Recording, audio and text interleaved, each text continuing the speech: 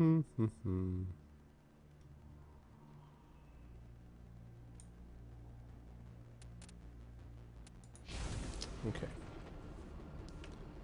Ah.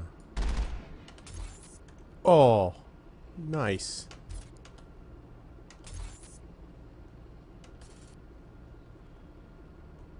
Wow, that's awesome.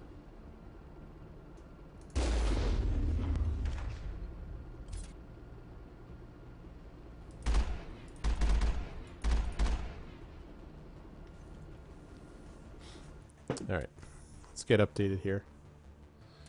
What is going on? It's espionage probe, right?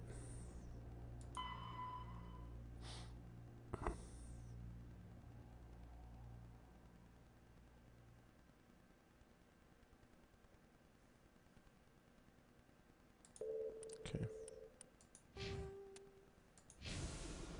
I'm on my way.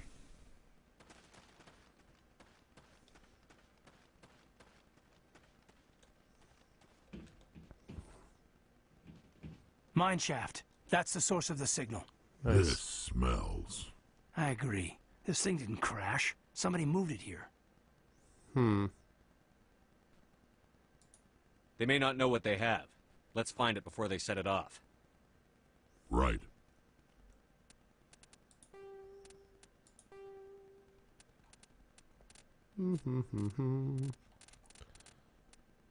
F6. I should know that.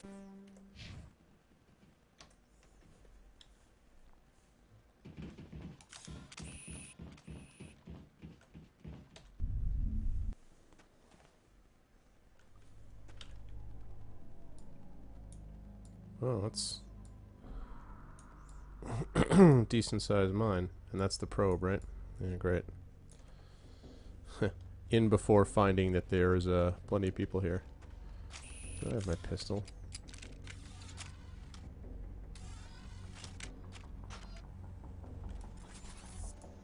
Okay.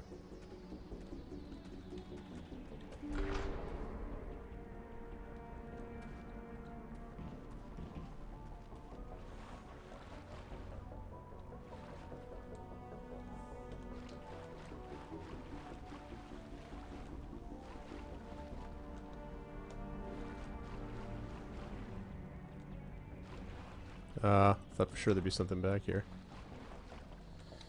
Out of my way, Caden. Oh, for Christmas sake. Alright.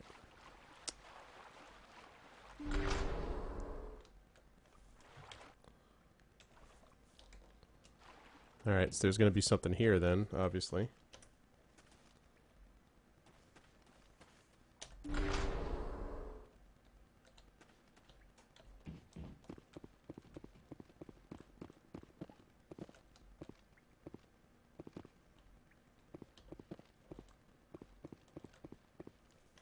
There's absolutely no way that there's not enemies here.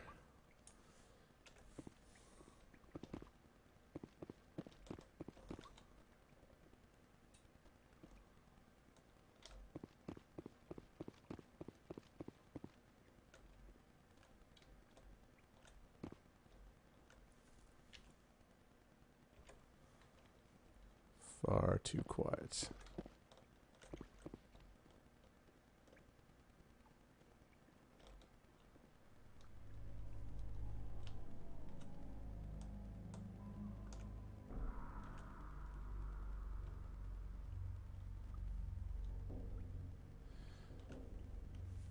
Certainly got the atmospherics down, I'll give them that.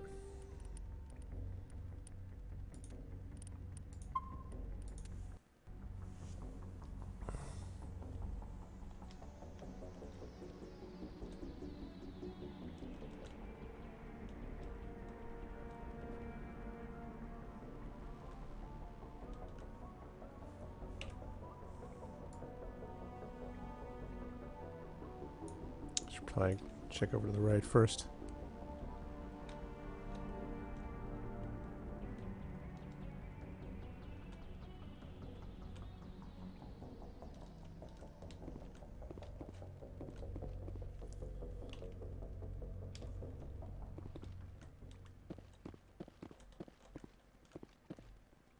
Oh, locked. That's interesting.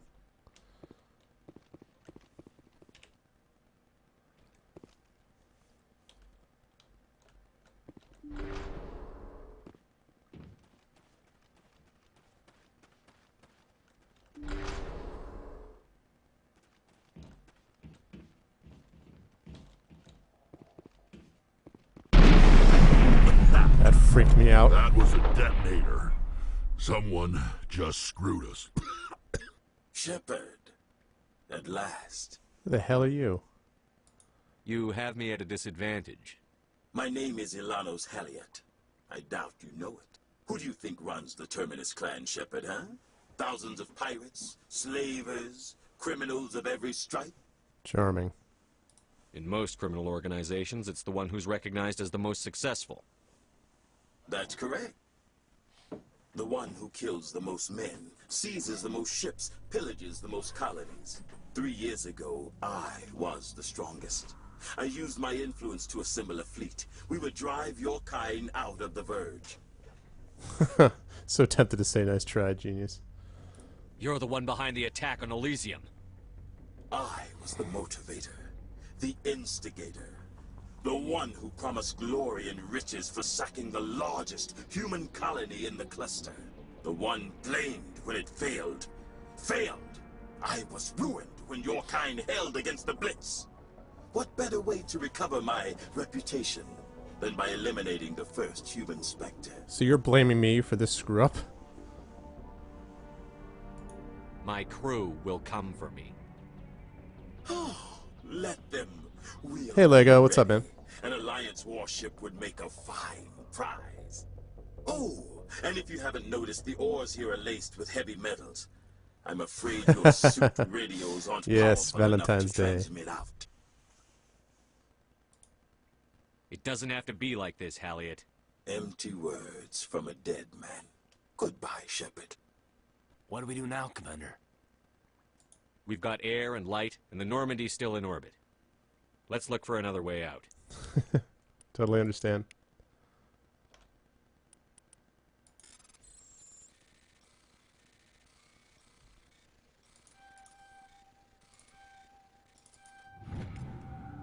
Whew. Oh, there's two sides. I was like, what the hell?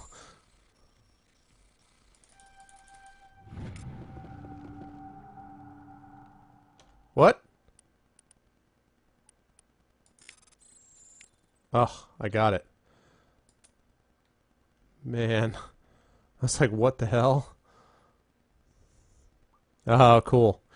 I doubt it, Lego, because Satobo has got Valentine's Day responsibilities with the missus. And so I really don't want to start again until I know about... Which Omni Gel do I have? 221. Okay. Still was a lot. I panicked about that. So I don't want to get started until at least we can finish up with that. With the whatchamacallit, with him doing the mapping, and then once we're done with that, hopefully the next one, Citadel of Chaos, will not be as map heavy. So that is why I'm playing Mass Effect. So if he comes on later, then I'm happy to play Warlock, but otherwise we'll have to wait until tomorrow evening to do that. Yeah, but I don't want to do that. I don't want to just basically make it easy and just say, here, just go wherever. And I'm not going to do the mapping myself. So I am going to take down Halliot, that punk. So hopefully he will be here and we won't have to worry about it, but I do not know for sure. Go there, I can go here. Alrighty.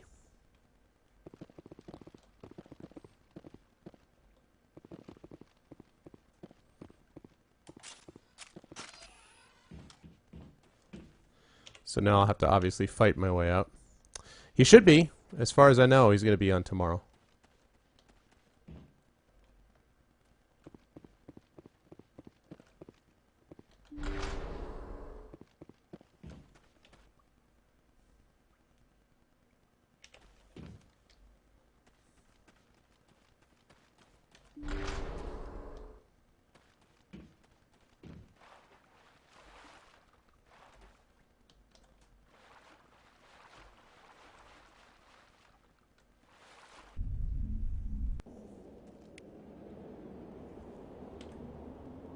Here we are on the surface.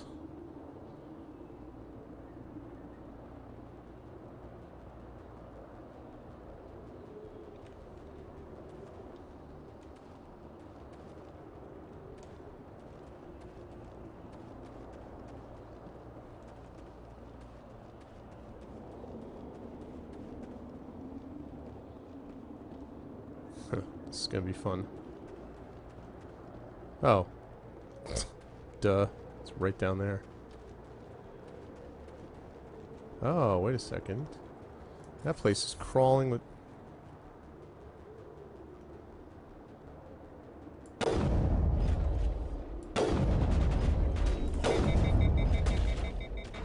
More shields. Jeez, Caden, really?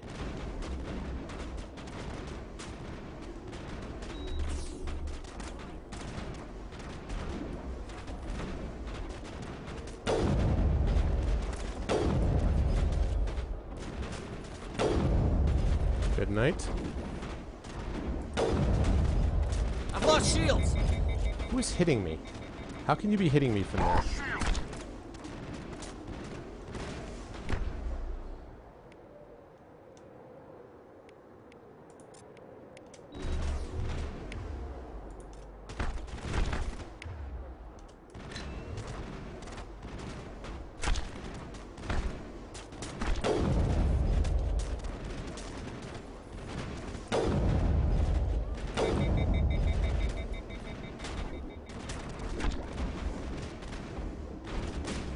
I've lost shields! Ow. Back up, back up, back up.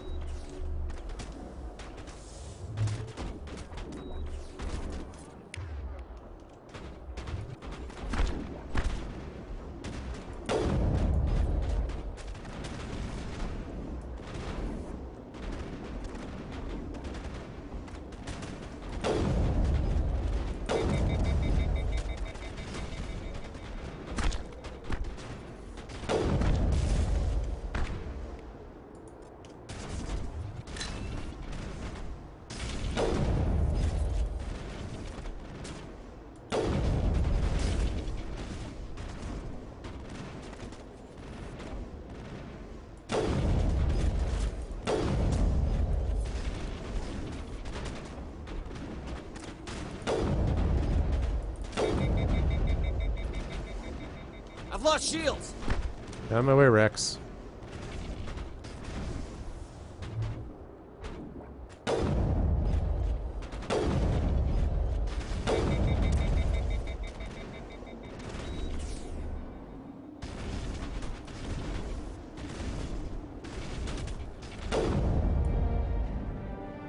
Haha. From a distance, I took you out. Oh, yeah. That's right. So did I wipe him out in the process? I'm going to go down and check. Managed to kill him in the process. Good. Couldn't tell from that distance where it was, but I figured as long as I stayed up there, it was worth doing. Oh. Hi, Caden. What the hell are you doing up there?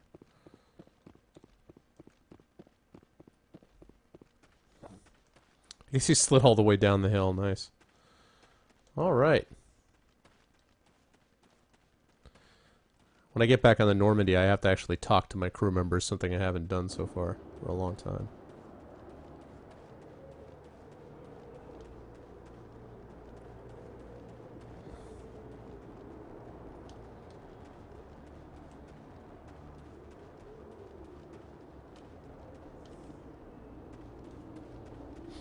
So much for the alleged best criminal ever.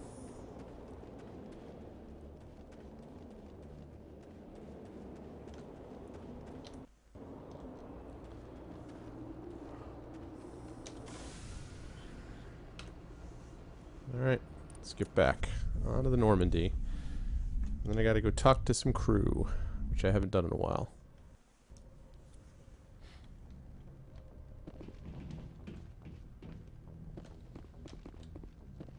Oops. Oh, good lord, now I have to... which means I have to navigate around. Alright, Presley first. Yes, Commander? How did you end up assigned to the Normandy? I signed up with the Alliance as a navigator right out of school, following in my grandfather's footsteps, I guess. My first posting was on the Agincourt. We were at Elysium. They had the numbers, but their ships were no match for an Alliance frigate. It was a slaughter. We couldn't even keep track of how many ships they lost. How'd you end up on the Normandy? I got my officer's commission after Elysium. Must have made an impression on the right people. Yeah, goodbye. Captain asked for me when he was picking his crew. Carry on, Presley. Yes, sir. Alright, that's wonderful. Don't care. Alright, now I gotta go downstairs. Talk to my peeps.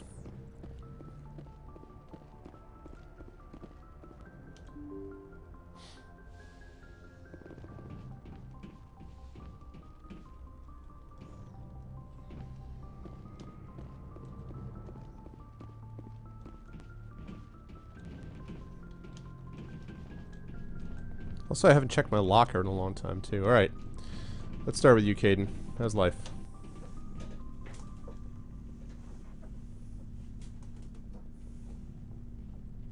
Anything you need, Commander? Just trying to get a sense of where the crew's at. Thoughts? Well, they know about the stonewalling you've had from the Council. They deserve to know what we're up against. They're on your side. They're pissed about the resistance we're getting, especially from our side.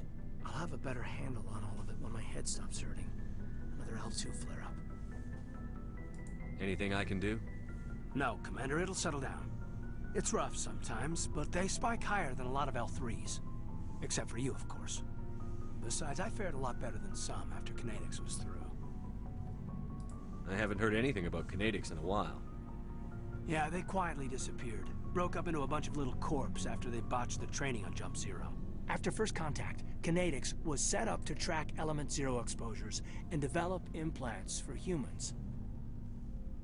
Once we had an embassy on the Citadel, Kinetics could bring in experts instead of taking it slow.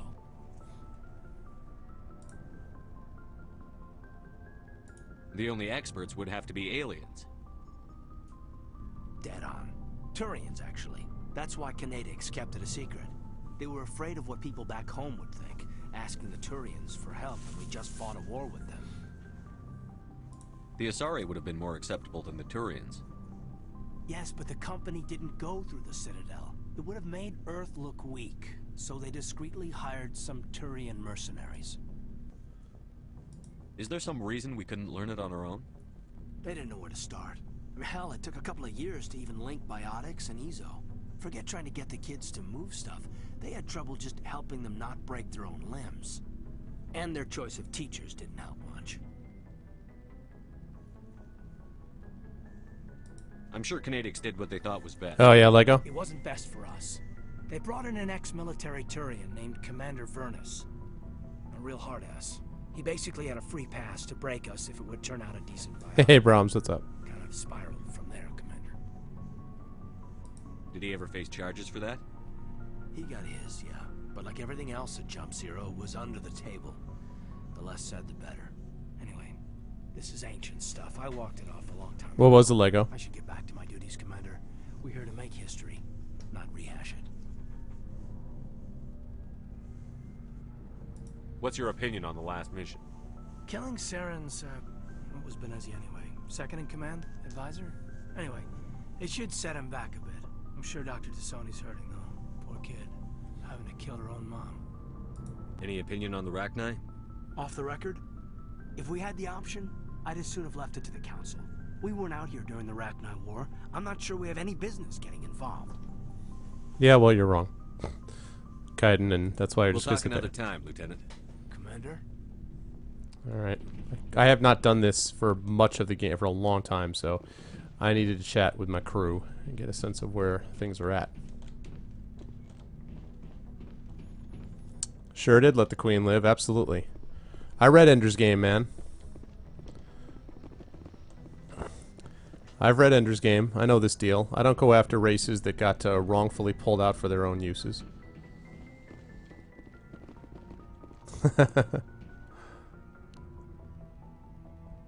Oh, that's interesting, Lego. So what did you say? Gotta remember to do that. more than I have been. I'm gonna talk to Dr. Chuckwus in just a minute. I'll talk to her now. Yes, Commander? Is there something you need? How well do you know the lieutenant? I'd never worked with him before this mission. But he has an impressive service record. Over a dozen Yeah, special please don't, commendations. Proms, because this is my Tends first to keep to playthrough himself, though. of any Maybe of this. because of the headaches. It's not easy being an L2.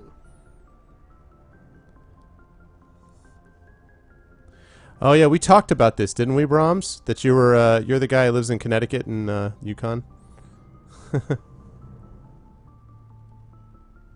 Oh, good call. Well, the only problem with that is that would the Kindle be like powered all the time? Like, could you get more books through it, or would it like just run out after a while?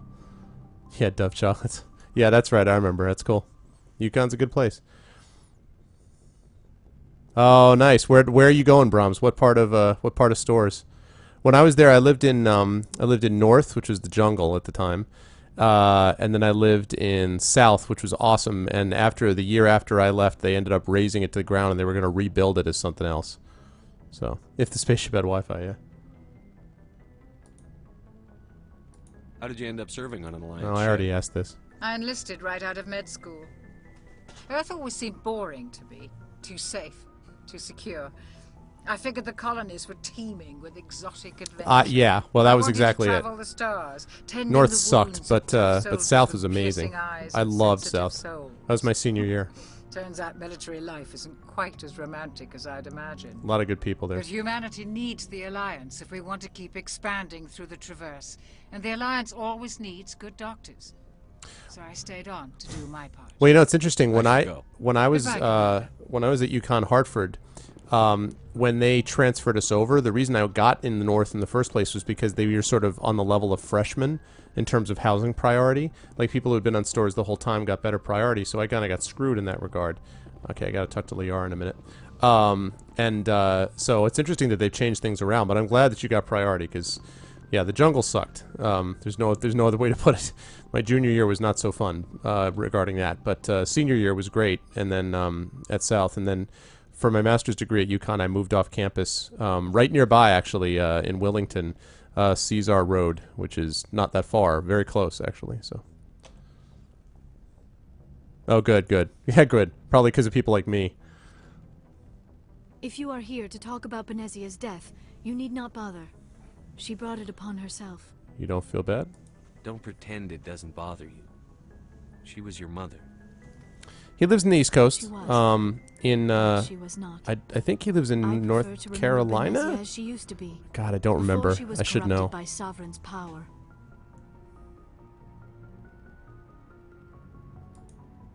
The best of your mother lives on in you. Her determination, her intelligence, her strength. That is kind of you to say. I appreciate your concern, but I am fine. Benezia chose her path, just as I have chosen mine. I am with you until the end, Shepard. Do you know why Benezia joined up with Saren? Benezia was swept up in events beyond her control and lost herself. She fell under the spell of indoctrination and became part of the very thing she wanted to stop. But I will remember... Paragon, not Brahms. how Pretty she strongly lived, Paragon. not how she died. My mother was strong, kind, and beautiful. And now she is gone. I'm trying to think about the whole romance thing. Kind of like Ashley. Probably more Ashley than I am Liara. Although in general I'd be more Liara. But Liara is a little too... I don't know, a little too mealy-mouthed. She's like, well, the universe, this and that, and blah, blah, blah, hippie. Like, oh, God.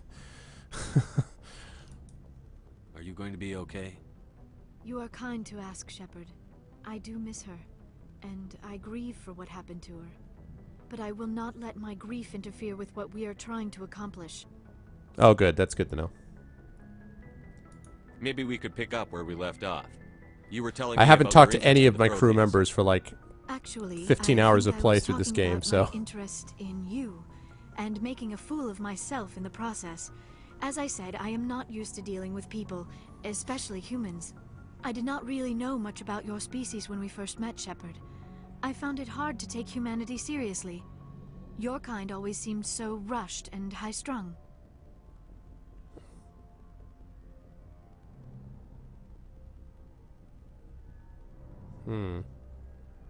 We don't have the luxury of time.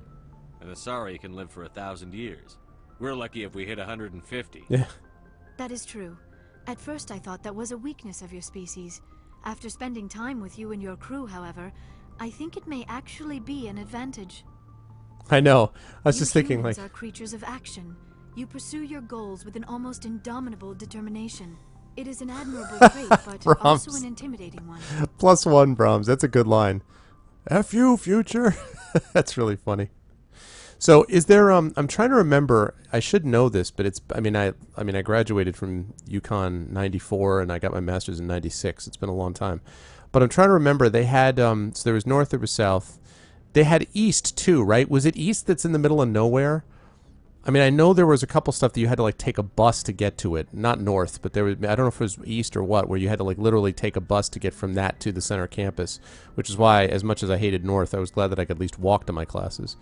But east is the farthest dorms. Yeah, okay. East was like way out there. That was always the place where people were like, "I live in East." I'm like, "Well, I'll never see you again," because like getting to and from there was just crazy talk. But no, I really liked UConn. Actually, I got a lot out of it. It was a really good start for me, and it has a good English department that I felt happy to get my master's from. And then I ended up going from there to Brandeis, which is where I got my doctorate, and that was a very good program. So I got a good start at UConn, and I liked it. Yeah, UConn is a good place.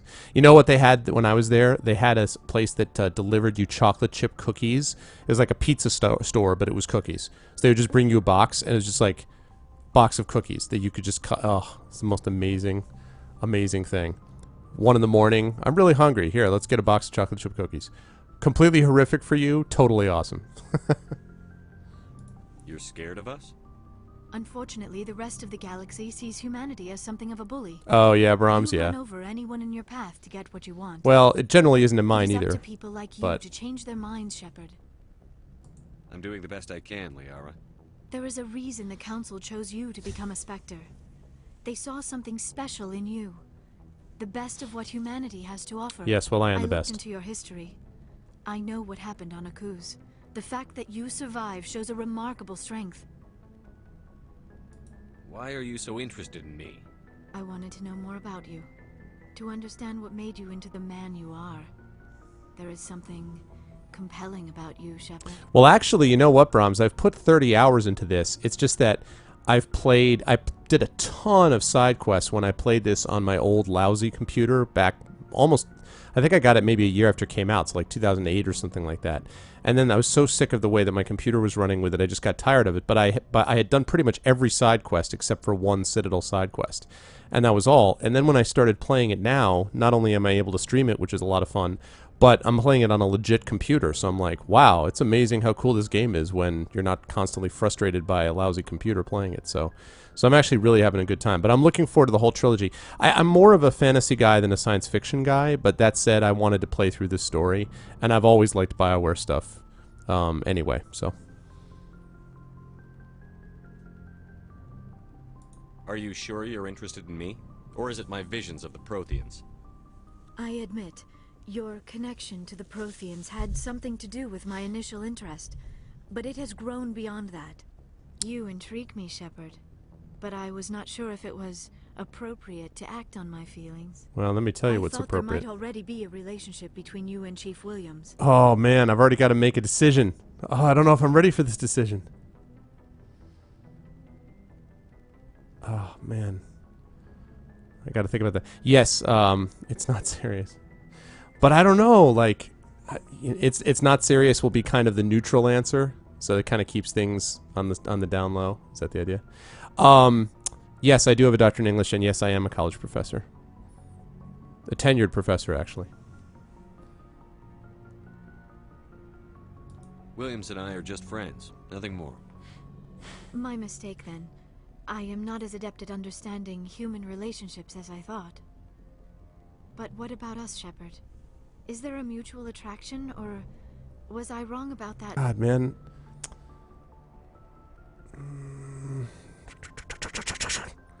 I don't want to say no. I don't want to say you were wrong. So I'm wondering if I just want to be friends and keep it open again. Because if I say I'm attracted to you, I'm not. If it were between me, it would be like. It would be Ashley right now if I'm choosing between the two of them. But neither one of them really floats my boat. I have to be honest. No, I do not, actually, Lego. In fact, I'm not teaching my next class till a week from now because we have President's Day off. So I'm going to be doing got some writing to do over the next few days.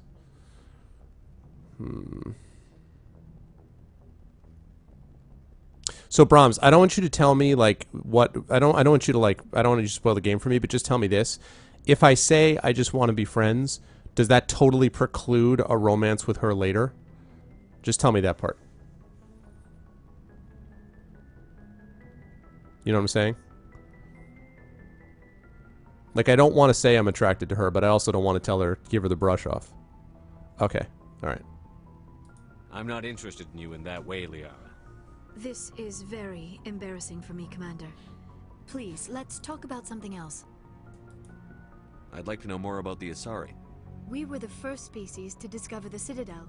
We were instrumental in forming the Council, and we always strive to be the voice of peaceful cooperation in galactic disputes.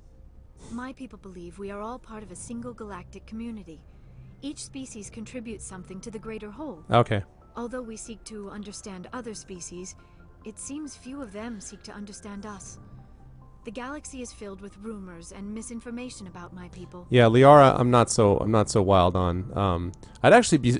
I find Tally the most intriguing. I don't know about like a romantic interest. And Lego, yes, I am married, but this is not IRL. This is in the game style. In game terms, if I were looking at the choice of the two sort of three female options, Tally's the most interesting to me. Liara's kind of like, eh. And Ashley is just sort of obvious. Like, I guess she's the best looking theoretically, but like, and it's like, yes sir, no sir, I'm a soldier. Like, I don't know. None of these people has really like blown me away in that regard. Whereas in, let's say, Dragon Age, I was all about the what was her name? The Bard, not the Bard. The one who was from the other country, the French the country that sounded like France. God, what was her name? I don't know. Like what? Most of the inaccuracies are centered around our mating rituals. My species is monogendered. Male and female have no real meaning for us. We still require a partner to reproduce. This second parent, however, may be of any species and any gender.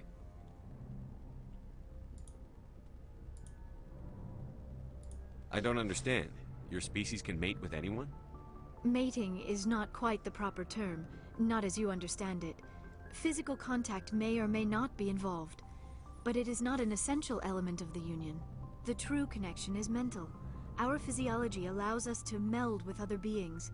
We can touch the very depths of their minds. We explore the genetic memory of their species. We share the most basic elements of their I think I remember individual and talking to her racial about this identities. now. God, it's been so long since I dealt with this We then part. pass these traits onto our daughters. It is how we learn to grow as a species and how we develop a greater understanding of other races. What happens to your partner after the union? Well, we eat them like praying Every mantis. relationship is different. Some unions are a single encounter with both parents parting ways afterwards. Others can be more long-term. Sometimes an Asari and her partner will stay together for many decades. Who was your father? Do you know who Matriarch Benezia chose as her partner? She rarely spoke of her partner. Though I know my father, if you want to use that term, was another Asari. I thought you always needed another species to serve as one of the parents. Yeah. Think about it, Shepard. If we were not able to mate with our own species, we would have died out long before we ever mastered spaceflight and left our homeworld. Union with our own kind is no longer common, not for the purposes of reproduction. Most Asari believe it weakens our species. Asari daughters inherit racial traits from the father species. Caden's a bro, if both yeah. parents are Asari, then nothing has been My gained. problem with Caden is the Or constant so whining about ritual his wisdom implants. told Like, me. oh, my I am implants, what is blah, blah, blah. sometimes Like, oh, called God, I know, dude. pure blood. Though no Asari would ever be cruel enough to say the word to my face, it is a great insult among my people. It's really interesting that It pure is blood is possible considered an Benezia's insult partner here. was embarrassed by That's their clever. union. She may have been too ashamed to publicly acknowledge me as her offspring. Maybe she wanted to meet you but couldn't. Something could have happened to her. Maybe she passed away. You might be right. Yes. I hope you are. But I have no way to know for sure. Yeah, I agree, Brahms. Venezia never It's, spoke of her partner. subtlety is Whatever not happened, always it the Mass cost her too Effect much stock pain and to trade. dwell on it. She raised me by herself, though that is not uncommon. Many Asari raise their children alone, particularly if the father species is short-lived. Often the partner will pass on long before the child reaches maturity. I should go. Goodbye, Commander. Okay. Information from Liara. That was good. What do we got here? Oh. Asari religion. Oh, yes. I like Rex a lot. The pantheistic mainstream Asari religion is Siari, which translates roughly as all is one. The faithful agree on certain core truths. The universe is a consciousness. Every life within it is an aspect of the greater whole. Death is a merging of one's spiritual energy back into the greater universal consciousness. Siaris don't specifically believe in reincarnation. They believe that spiritual energy returned to the universal consciousness upon death will eventually be used to fill new mortal vessels. Siari became popular after the Asari left their homeworld and discovered their ability to meld with nearly any form of life. This ability is seen as proof that all life is fundamentally similar. Siari priestesses see their role as promoting unity between the disparate shards of the universe's awareness. Before the rise of Siari pantheism, Asari religions were as diverse as their political opinions. The strongest survivor of those days is the monotheistic religion worshipping the goddess Athame.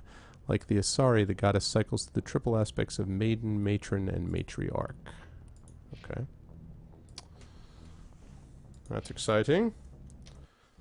Let's quick save that. Alright, I got some more people to talk to. And that does not include Dr. Chakwas. Where the hell is his... I know... Where is Shepard's locker? Gotta be somewhere else. I gotta find his locker, because I haven't been to his locker in like 15 hours either. That's sci-fi. Maybe it's on this side. Yeah, I think it may be on this side. Blah, blah, blah.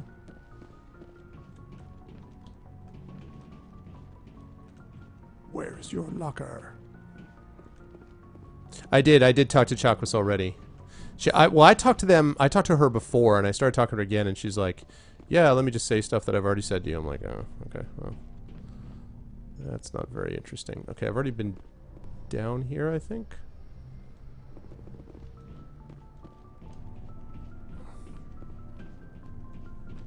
Okay. So, that's charming. More stuff to do. Let's head down the elevator. I think he does, yeah.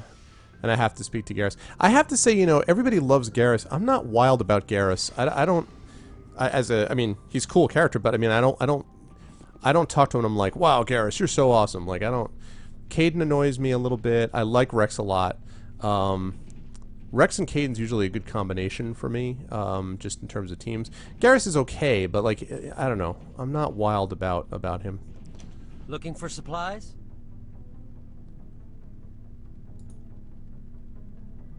What are licenses? Why do you need them? Oh, I already know this. Manufacturers sell... Many of the best licenses are hard to get, but they're well worth the cost if you can find them. I already got the Let's see licenses. what you've got. You bet, Commander. Okay, well that's cool. Oh, look at... Whoa. Whoa, look at some of this stuff. Holy Christmas.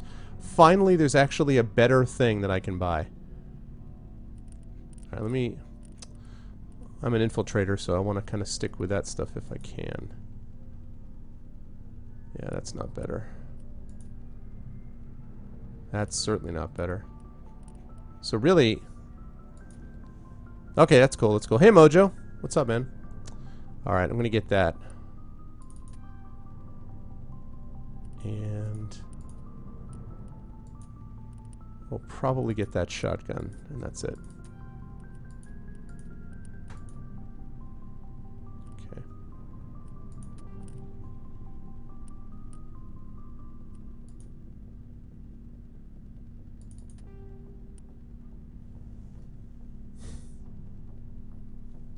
Oh, do you? Damn it! Okay, I'll have to keep that. Well, actually, I can sell a bunch of crap, so that should be fine. Now that I think of it. Alright, what am I at here? Yeah, so I'm going to get rid of the 4s now.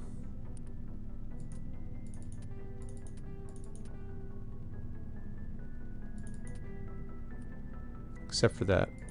Except for the gladiator.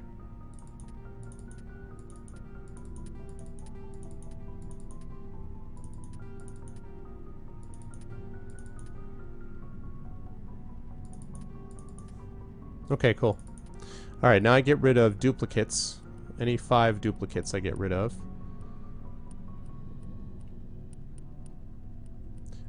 The inventory system in Mass Effect 1 is broken because you just... No. Like, there's no...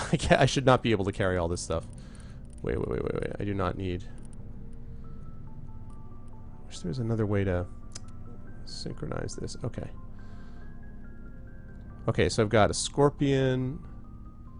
Okay, so I've got an exoskeleton. Let's see if I have another exoskeleton. Edge, Kessler, Raikou, Stiletto. Do I have... I have a Raikou, a Striker.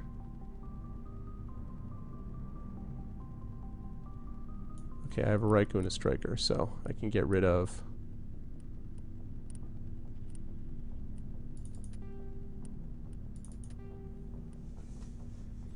Alright, what else we got? Avenger, Lancer, Scimitar, Raptor.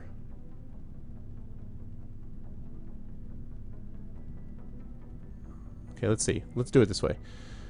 I have a Raikou, a Striker, Avenger, Scimitar, Banshee, Thunder, Tsunami, Hurricane, Katana.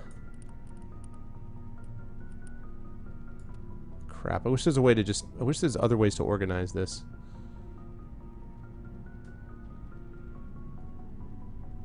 So I could, like, compare like and like. Edge, Kessler, Stiletto. Let's see.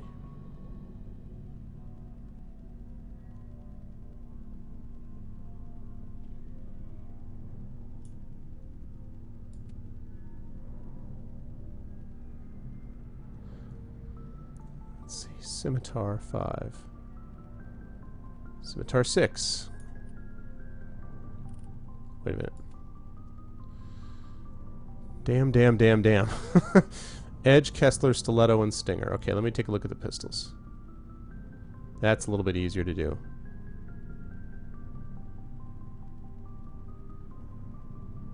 Okay. So that's fine. So now let's take a look at assault rifles. Avenger and Lancer. Actually, Avenger, Lancer, Raptor, Terminator, Tsunami.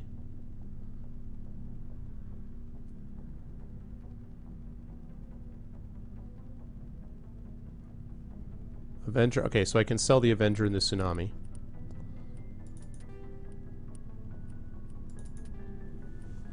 I mean, the thing is, I haven't had to buy anything for a long time because I just keep finding much better stuff. So, alright, let's see. Lancer and Terminator.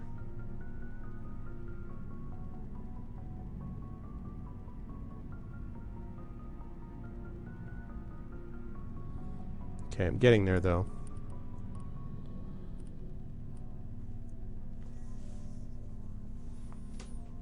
Yeah, okay. So that's kind of what I found as I was playing through it, so that's good. That agrees. Hammer, Naginata, or Striker. Let's see. Hammer and Striker. Alright, so I can sell my Hammer and Striker. That's good.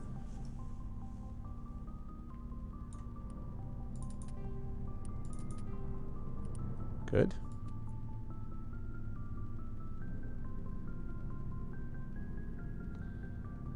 Alright. Let's see. Avenger and Reaper. Have any other Avengers or Reapers? No. Okay. Sorry, this is not exciting, guys. I'll be done with this in a minute. Oh.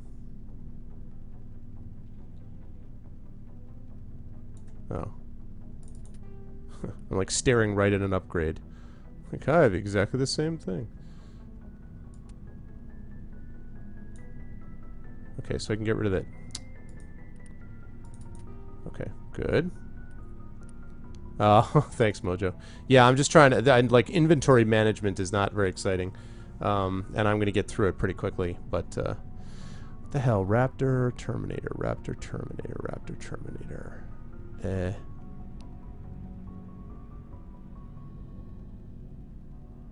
Alright, let's take a look at shotguns. I've got a Scimitar, a Firestorm, a Hurricane, Katana, and a Tornado. Hurricane Katana.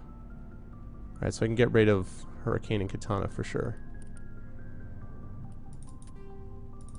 Alright. Okay, let's see. That's getting better. Firestorm and Tornado.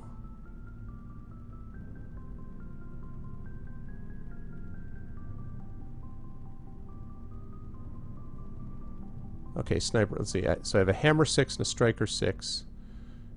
Do I have... Nope, those are all the same.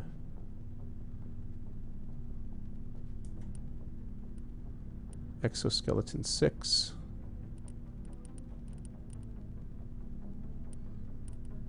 Okay. Shield Modulator. Shield Modulator 6, okay. I can sell my Shield Modulator 5.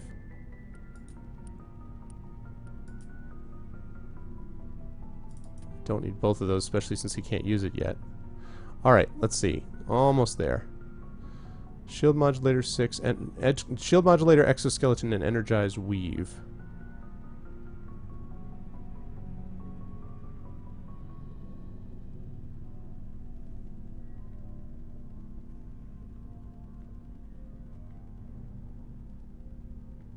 Alright. I think that's just about all. Scorpion 6. Alright, that's 513. That's not bad. Looking for supplies? Let's see what you've got. You bet, Commander. Let me just double check this quickly. Right, okay. Alright, good. Okay, let's save that up. Quick save, alright. More crew talk. Alright, Garrus, what do you got to say? Commander, good to see you. You've been with CSEC a while. Have you seen much action? Well, not as much as you, but yeah, I've seen some interesting things. I'll bet you have. Anything in particular that stands out? I remember this Solarian geneticist I was sent to investigate. I love how everything that Shepard ever asks is always the same way. It's just like, I'll bet you have. How about I ask you this in the exact same deadpan way that I ask everything? I see your right arm has fallen off. Perhaps it can help you reattach that. I don't understand why your head has fallen on the floor. Maybe you should think about why. You know, like... What happened? Why were you investigating them? I was tasked with tracking black market trade on the Citadel. Most of it harmless, nothing I needed to pursue. But during the course of my investigation, I noticed an increase in the trade of body parts, organs mostly. We usually get a few of those, but not the numbers I was seeing. We weren't sure if there was a new black market lab or if some freak was harvesting organs from citizens. Yeah, he is. You've seen this before on the Citadel? Every so often, some lab sells unwanted parts through the black market, but they're not as bad as the psychos. I remember this one L-Corps diplomat we caught in my first year on the job. He was hacking people up and selling their organs, had the station in a bit of a panic. But this case wasn't that clear-cut. Turns out there was more going on than we first realized. So how did you figure out what was happening? First, we got a hold of a sample and ran DNA tests. The weird thing was, the match led us to a Turian who was still alive and was very convinced he'd never lost his liver. After a bit of digging, I discovered this Turian worked briefly for Dr. Salion, the geneticist. So I went to his lab hoping to find evidence of cloned organ development, but there was nothing. No Solarian hearts, no Turian livers, not one Krogan testicle. That wouldn't surprise me. Krogan testicles? He just was like, Krogan testicles? You're kidding, right? Why would anyone want Krogan testicles? Some Krogan believe that testicle transplants can increase their virility, counteract the effects of the genophage. It doesn't work. Testicle transplant, huh? They'll pay up to 10,000 credits each. That's 40,000 for a full set. They have 4 testicles? Somebody's making a killing out there. Actually, it doesn't surprise me that Krogans have 4 testicles, actually. What did you do about the geneticist?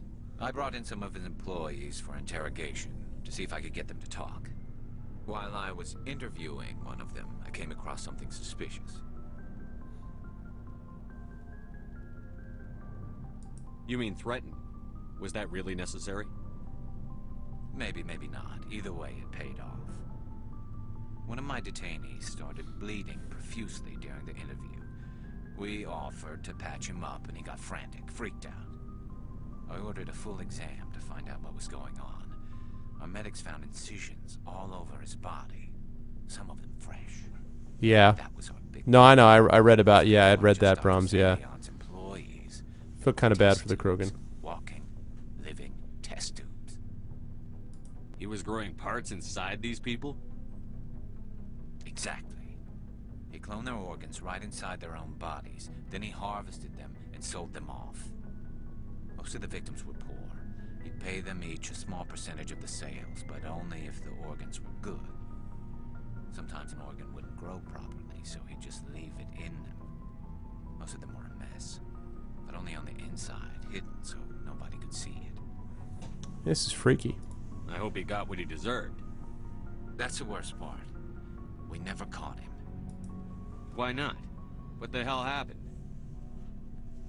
He ran, blew his lab, grabbed some of his employees, and headed for the nearest space dock. By the time I found out, his ship was already leaving. He threatened to kill his hostages if we tried to stop him. But you went after him anyway, right? I ordered Citadel Defense to shoot him down, but CSEC headquarters countermanded my order. They were worried about the hostages, worried about civilian casualties if the ship was destroyed so close to the Citadel. I told them those hostages were dead anyway. He just used them to make more organs. But they wouldn't listen.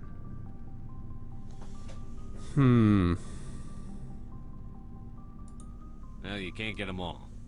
No, but letting him get away like that.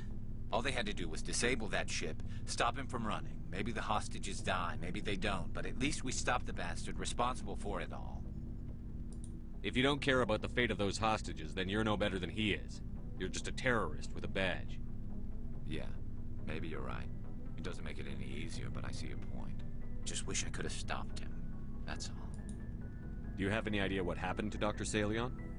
I sent out feelers from time to time, hoping to find something. I thought I'd found him a while back. He changed ships and changed his name to Dr. Hart, his idea of a joke. Dr. Hart. I told the military. but Owner they of a can't Dr. Hart. I got the transponder frequency for his new ship, but I just can't get anyone to check it out. Side quest.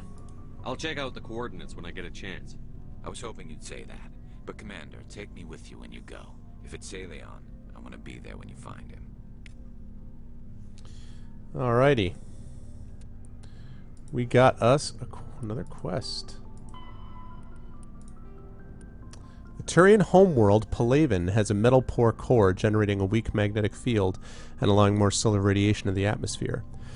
To deal with this, most forms of life on Palaven evolve some form of metallic exoskeleton to protect themselves. The reflective plate-like skin makes Turians less susceptible to long-term low-level radiation exposure, but they do not possess any sort of natural armor. A Turian's thick skin does not stop projectiles and directed energy bolts. Yeah, Valentine's Day in the Citadel. Although life on Palaven is carbon-based and oxygen-breathing, it is built on dextro amino acids. This places the Turians in a distinct minority in the galactic stage. The Quarians are the only other known sapient dextro-protein race. The food of humans, Asari or Solarians, who evolved in levo amino acid-based biospheres, will at best pass through Turian systems without providing any nutrition. At worst, it will trigger an allergic reaction that can be fatal if not immediately treated. That's good to know. Alright. Find Dr. Saleon. Okay. That sounds good. I will be able to do that side quest. First, I gotta talk to some other peoples, though. Gotta talk to Ashley, gotta talk to Tali, gotta talk to Rex. Let's start with Ashley. Oh, before I go, you said you're serving with Commander Shepard now? Hey, Pin. Saw him on the news here. He's cute. Later, sis. Tell me you didn't hear that. Afraid I did. Oh, shoot me now. One of my sisters. That's Sarah, the youngest. What's up? You didn't come by to eavesdrop on family mail. Oh, tell me about your family. Your family seems to be important to you. Yeah, we've always been close. Me and my sisters especially. With Dad on duty so much, I had to help Mom raise them. Did your father serve with the fleet? Yeah, took any crap posting you could get that offered space time. You know what? He worked his ass off trying to get recognized, but he never made it above serviceman 3rd class. He was real proud when I made chief. First thing he did was salute. What about your mother? You haven't mentioned her. You must know what military wives are like. Strong because they have to be, able to raise kids while dad's away on a 6-month cruise. She has a degree in planetary geology. She and dad both wanted to see new worlds. A whole new She gave world. up her career to raise us, though. Yeah, Penn, we were just having this discussion, Brahms and I, about the romance options here, and pretty much none of these people float my boat. I'm not really interested in Liara, as of yet. Ashley doesn't really grab me, like soldier, blah blah blah. And then I find Tali the most interesting story-wise, but so far I haven't, in terms of like Shepard in this game, I haven't been like, oh yeah, that's the person I should romance. You have more than one sister? Yeah, Liara. Sounds like a big family. Yeah, I'm the oldest, then Abby, then Lynn. Sarah's the youngest. She's still in high school.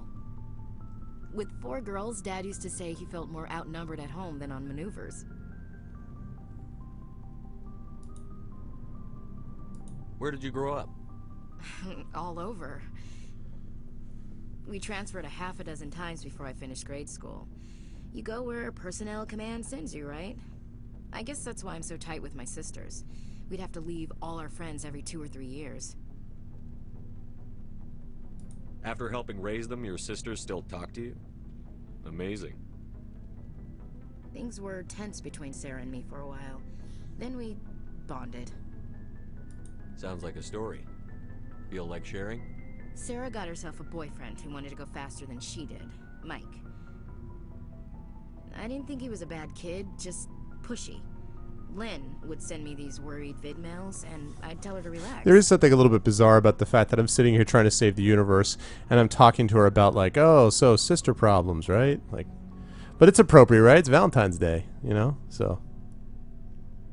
Where were you when this was going on? No means no. I was on active duty. Sarah's graduating high school this year. This was only a couple of years back. They were on Amaterasu. At the time, I was assigned to Chernobog. Same cluster, but a dozen LY away. Close enough to talk regularly, too far to make it back in an emergency. I couldn't afford a fast packet flight. If he really liked her, he wouldn't be pushy. Yeah, of course. If he didn't ask at all, I'd wonder if he thought Sarah was ugly. Damned if you do, damned if you don't. Mike thought they'd go for a romantic walk in the woods. That's funny, Penn. He figured it was past time they did the deed. She levered Mike face first into a tree and left. Didn't have a scratch on her. Good thing Mom and Dad had us all learn some kind of self-defense. I took emergency leave and walked Sarah to school for a few days. You said all of your sisters learned self-defense? Lynn did pistol practice, but didn't like it. She's kind of nervous. Sarah took Aikido. Abby decided to learn the sword. She always was a little weird. Likes big skirts and tops you have to tie her into. They do great things to her figure, though. I can't believe I'm having this discussion. So, what did you learn? One of Dad's friends taught me Marine hand-to-hand. You said all of your sisters learned self-defense? Lynn did pistol practice, but didn't like it. Whoops, I asked this already. Sarah took Aikido. Abby decided to learn the sword. They do great things to her figure, though. You traveled all the way home to walk your sister to school. It was only a dozen light years. Exactly. Like a day's cruise. Exactly, It's not like it was going to Earth or something. My last day out, Mike was waiting for us. Sarah had told her friends, so everyone at school knew what he did. He wasn't happy. I wanted to snap him in half, but Sarah gave me this look, this let me handle it, I need to do this alone look. She kept her cool, God bless her, as he screamed in her face. She just let him vent. Then he tried to punch her. I swear, she just flowed around him. Next thing I knew, he's face down on the sidewalk, and there's blood everywhere. That's unbelievable. Sarah must be as good as you. Better. I'm more or less a straight-up punch. When he swung, she wasn't there anymore, and he fell. She helped him stop the bleeding and had me call an ambulance. She told the paramedics he fell. Before they took him to the hospital, Mike touched Sarah's arm. I thought he was gonna end up on the ground again. But he hung his head, whispered, "I'm sorry," and started crying. and she hugged him. The Williams women are a decisive bunch, Commander. We do things when we're ready. Not before, not after. That was pointless. I should be like, so should we take a walk in the forest? Like, Your sister's something else. But you didn't mention your father at all. sounds Was good, he Pen. unemployment? Dad always wanted to serve in space, but he wanted us to have real ground under our feet. He'd say, space is beautiful, but you can't raise a family there. The words of Elton John. Mars ain't the kind of place to raise your I will kids. drink life to the lees. All times I've enjoyed greatly, have suffered greatly, both with those that loved me and alone. For always roaming with a hungry heart, much have I seen and known, cities of men and manners, climates, councils, governments. Bored now. I didn't know you liked classical literature. Ulysses was my dad's favorite poem. Every time he shipped Yeah, he I recorded think me it's gonna reading it. be a He had long, dozen long versions when he time. retired. Oh no, no, no. I'm Shepherd. Does he still like it? I sure hope so. I read it to his grave every time I go home. Dad passed on a few years back. It's a good song. He's probably still watching though. I think So behave. Behave. I think my favorite Elton John song is probably Someone Saved My Life Tonight. He's got a lot of good ones though. Madman Across the Water is solid too. I've seen Elton John in concert with Billy Joel. I thought you said he was dead. You know, from heaven, wherever that is. That's not a problem with you, is it? That I believe in God? You know that old saw, there's never an atheist in a foxhole? I've been in a lot of foxholes. Yeah, I guess you have. I've met a few people who are really weirded out by my faith. Because I work in space, I can't believe in a higher power? Jeez. Better than Liberace, right? Hello, have you people looked out the window? How can you look at this galaxy and not believe in something? I should get back to my duties. Didn't mean to take up so much of your time. What's your opinion on the last mission? You mean the Rachni, right? They were dangerous, Skipper. They proved that 2,000 years ago. I think it was a mistake to let them go. But that wasn't my call to make. It was yours. That's correct. Was. If you haven't talked to Dr. Tassoni, you probably should. She just lost her mom. That has to hurt. I did talk to her, thanks Just though. saying, Skipper. We'll talk later, Williams. Looking forward to it, Skipper. Alright. So now we just have Rex and Tali. What's going on with this? The Alliance military. Oh, is it really? Well, it's kind of unfortunate there isn't more, a little bit more of the religious doctrine to kind of add into everything else, because they have so much other stuff. The Alliance military is of great concern to the galaxy. At first contact with the Turians, they were completely inexperienced. Turian disdain changed to respect after the relief of Shanxi, where the humans surprised them with novel technologies and tactics. The human devotion to understanding and adapting to modern space warfare stunned the Stade Council races. For hundreds of years they had lived behind secure walls of long-proven technologies and tactics. The Council regards the Alliance as a sleeping giant. Less than 3% of humans volunteer to serve in their military, a lower proportion than any other species. While competent, Alliance soldiers are neither as professional as the Turians nor as skilled as the Asari. Their strengths lie in fire support, flexibility, and speed. They make up for lack of numbers with sophisticated technical support, VIs, drones, artillery, electronic warfare, emphasis on mobility and individual initiative, and all-around awesome. I just made that up. Their doctrine is not based on absorbing and dishing out heavy shocks like the Turians and Krogan. Rather, they bypass enemy strongpoints and launch deep into their rear, cutting supply lines and destroying headquarters and support units, leaving enemies to wither on the vine. On defense, the human military is a rapid reaction force that lives by Sun Tzu's maxim, "He who tries to defend everything defends nothing." Garrisons are intended for scouting rather than combat, avoiding engagement to observe and report on invaders using drones. The token garrisons of human colonies make it easy for alien powers to secure them, for which the Alliance media criticizes the military. However, the powerful fleets stationed at phase gate nexuses, such as Arcturus, are just a few hours or days from any colony within their sphere of responsibility. In the event of an attack, they respond with overwhelming force. That's interesting. That's the way they used to handle it in Star Trek also. Yeah, it's good stuff. Alright, let's see.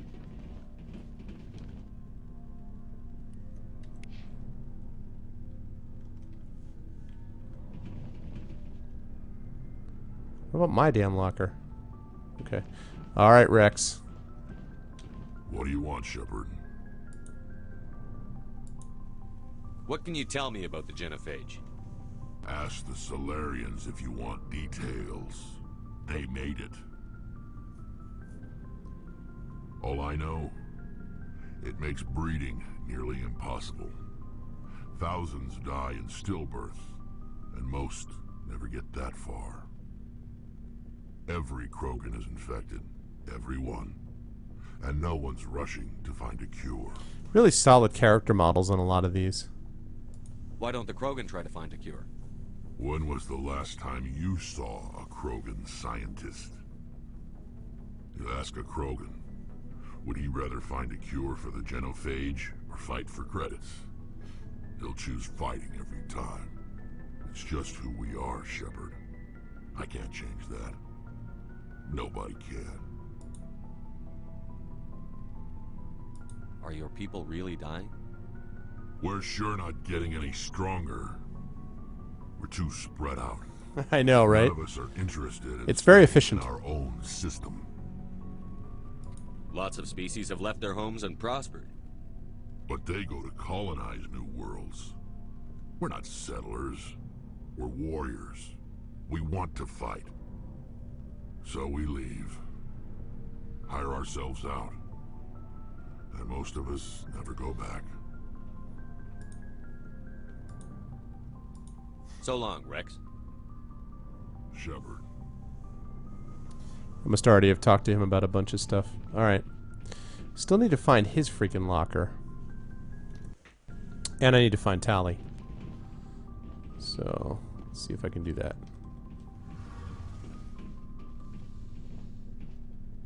Yeah, hey, I agree. Hey, what's up, G? Good to see you, man. G, let me know again.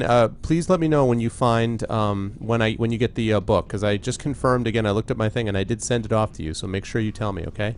And Morris, what's up, Morris? Welcome to the stream. I don't think I've seen you in before, but hello.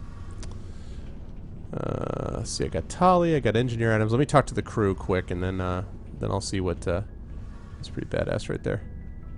Looks a little bit dangerous. You just have like complete exposures, like a little rail there, and that's it. Something I can do for you, Commander.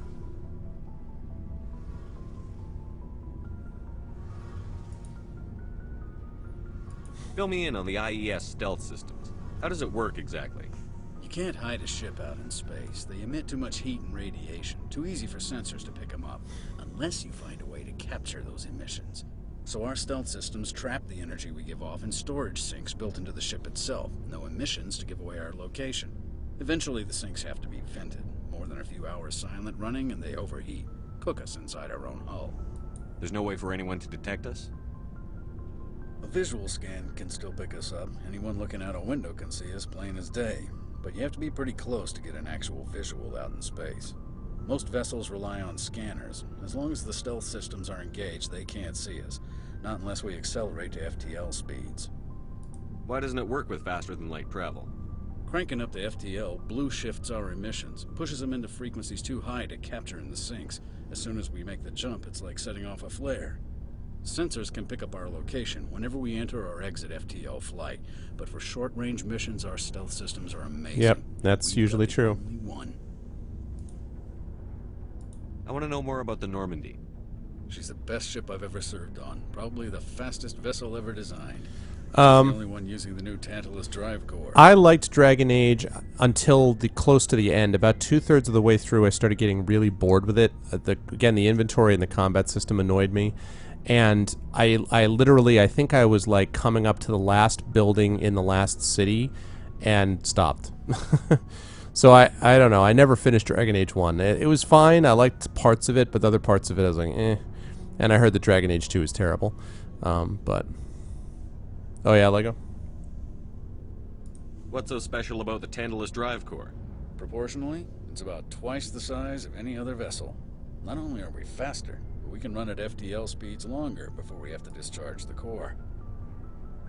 Where else have you served, Adams? If you name a class of Alliance ship, I've probably served on it. Everything from dreadnoughts and carriers right down to frigates like the Normandy. My last assignment was on the Tokyo. Only a cruiser, but she was a good ship. Couldn't hold a candle to the Normandy, though. Carry on, Adams. Aye, aye, Commander. All right, Tally. It's time you and me talked.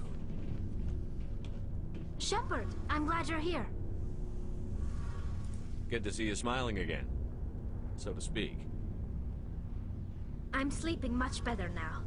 I guess I'm getting used to how quiet your ship is. I still think a lot about my pilgrimage, though. I know Starin's our top priority, but with all the worlds we go to, I was hoping to find something to bring back to the flotilla. We've still got a long way to go. You'll find something to take back. Yes, but it cannot just be some derelict ship my people can use for salvage. It has to be more than that. There's a lot expected of me. What's so special about you? It's my father. He's the senior member of the Admiralty Board. He's one of only 5 people who can overrule the decisions of the Conclave for the good of the migrant fleet. My father is responsible for the lives of 17 million people. Our entire race is in his hands, and I'm his only child. Well, Shepard right now looks more or less a little bit the way I do. So I kind of made him to look a little bit like me. And I kind of like that, actually, so that he doesn't look like every other freaking Shepard with that stare, you know what I mean? Yeah, whatever.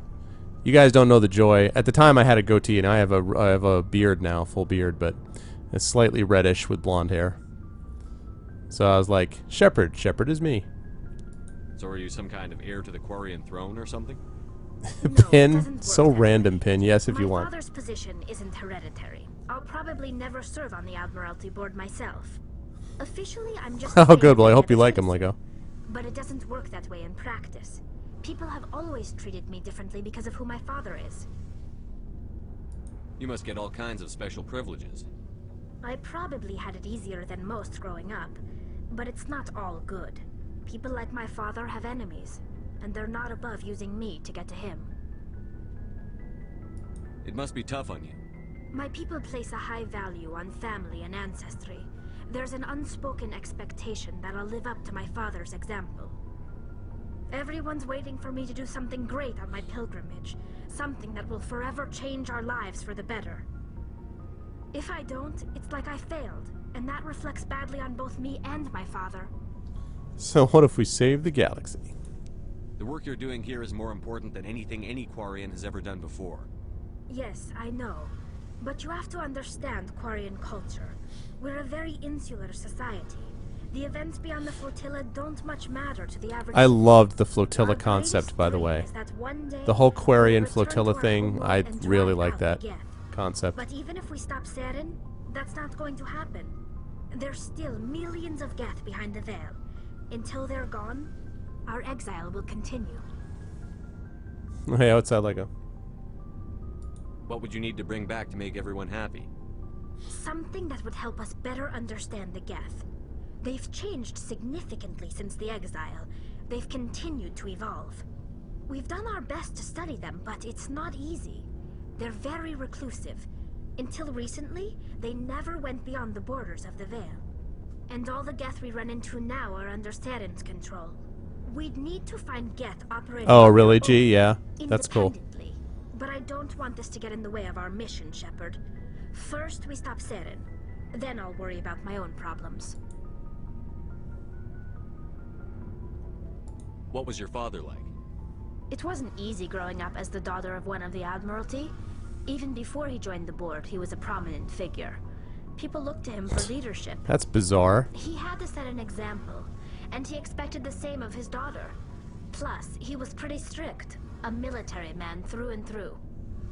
He never allowed me to settle for anything less than excellence. As a kid, I sometimes felt like he was pushing me too hard. That's really bizarre. But now I'm old enough to appreciate what he taught me.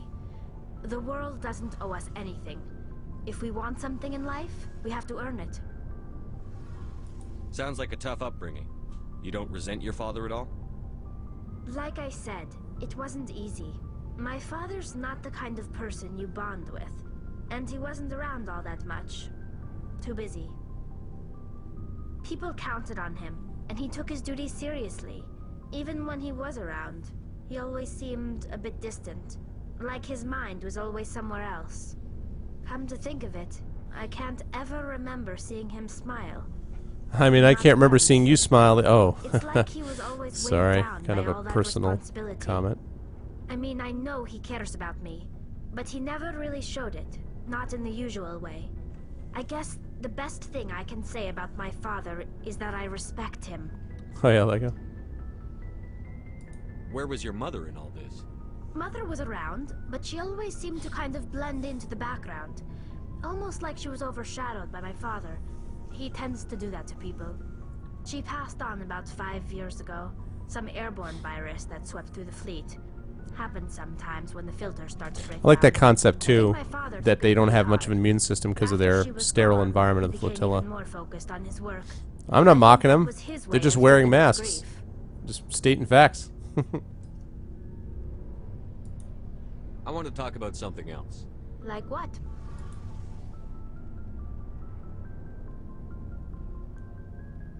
Tell me about your people. Our lives aren't easy. Problems. Resources are scarce, and we are constantly on the move. Everything we do must in some way contribute to the continuation of the migrant fleet. There are 17 million Quarians in the flotilla, and each of us relies on the others for survival. The bonds among my people are strong. Unfortunately, we have had to surrender many of the freedoms and civil liberties other species take for granted. What kind of freedoms? Well, it's illegal for parents to have more than one child. Oh, If China and the one-child population grows too policy. much, it would strain our resources to their breaking point. Of course, we also can't allow our numbers to become too few. If our population is in decline, the rule against single births is temporarily repealed. In extreme cases of population decline, incentives are even offered to encourage multiple births, though the Conclave hasn't had to take such measures in nearly a century. Yeah, that's true. That's your government. The Conclave is our civilian branch of government. Each ship can elect a representative to serve on the Conclave and make decisions that affect the fleet as a whole. On matters that affect an individual ship, however, the captain has the final say. It's a tradition that dates back to the early days, when the fleet was governed by martial law. Fortunately, most captains nowadays are smart enough to have an elected council from their crew to give them advice and guidance. So the ultimate power rests with elected officials. In practice, the Conclave and the respective council for each ship tend to set the rules that govern our daily lives. But in theory, we are still under military jurisdiction. The 5 top-ranking military officials in the fleet serve on the Admiralty Board. These 5 have the power to overrule any decision by the Conclave in case of emergency. To do so requires unanimous agreement among the Admiralty, and they can only do this once. After that, the entire board must... See, I like that system. You get one veto and then you're done. That served us well. It's like a bee, you know, stings you and it dies. The Admiralty Board has only overruled the Conclave 4 times. Alright, what about the Geth? I want to know more about the Geth. I doubt I can tell you anything you don't already know. It's been almost 3 centuries since they drove my people It's been into exile. 1 week since you looked at me. All I know is Sorry. the story of their origins. Bare naked lady moment. What they were when we created them, and how they turned on us. Tell me. Interesting. The Geth were originally created to serve as an automated manual labor force. Initially, their intelligence was as limited as any VI. Over time, we made small modifications to their programming to allow them to perform more varied and complex tasks, bringing them closer and closer to true AI status. How come the council didn't step in and stop you?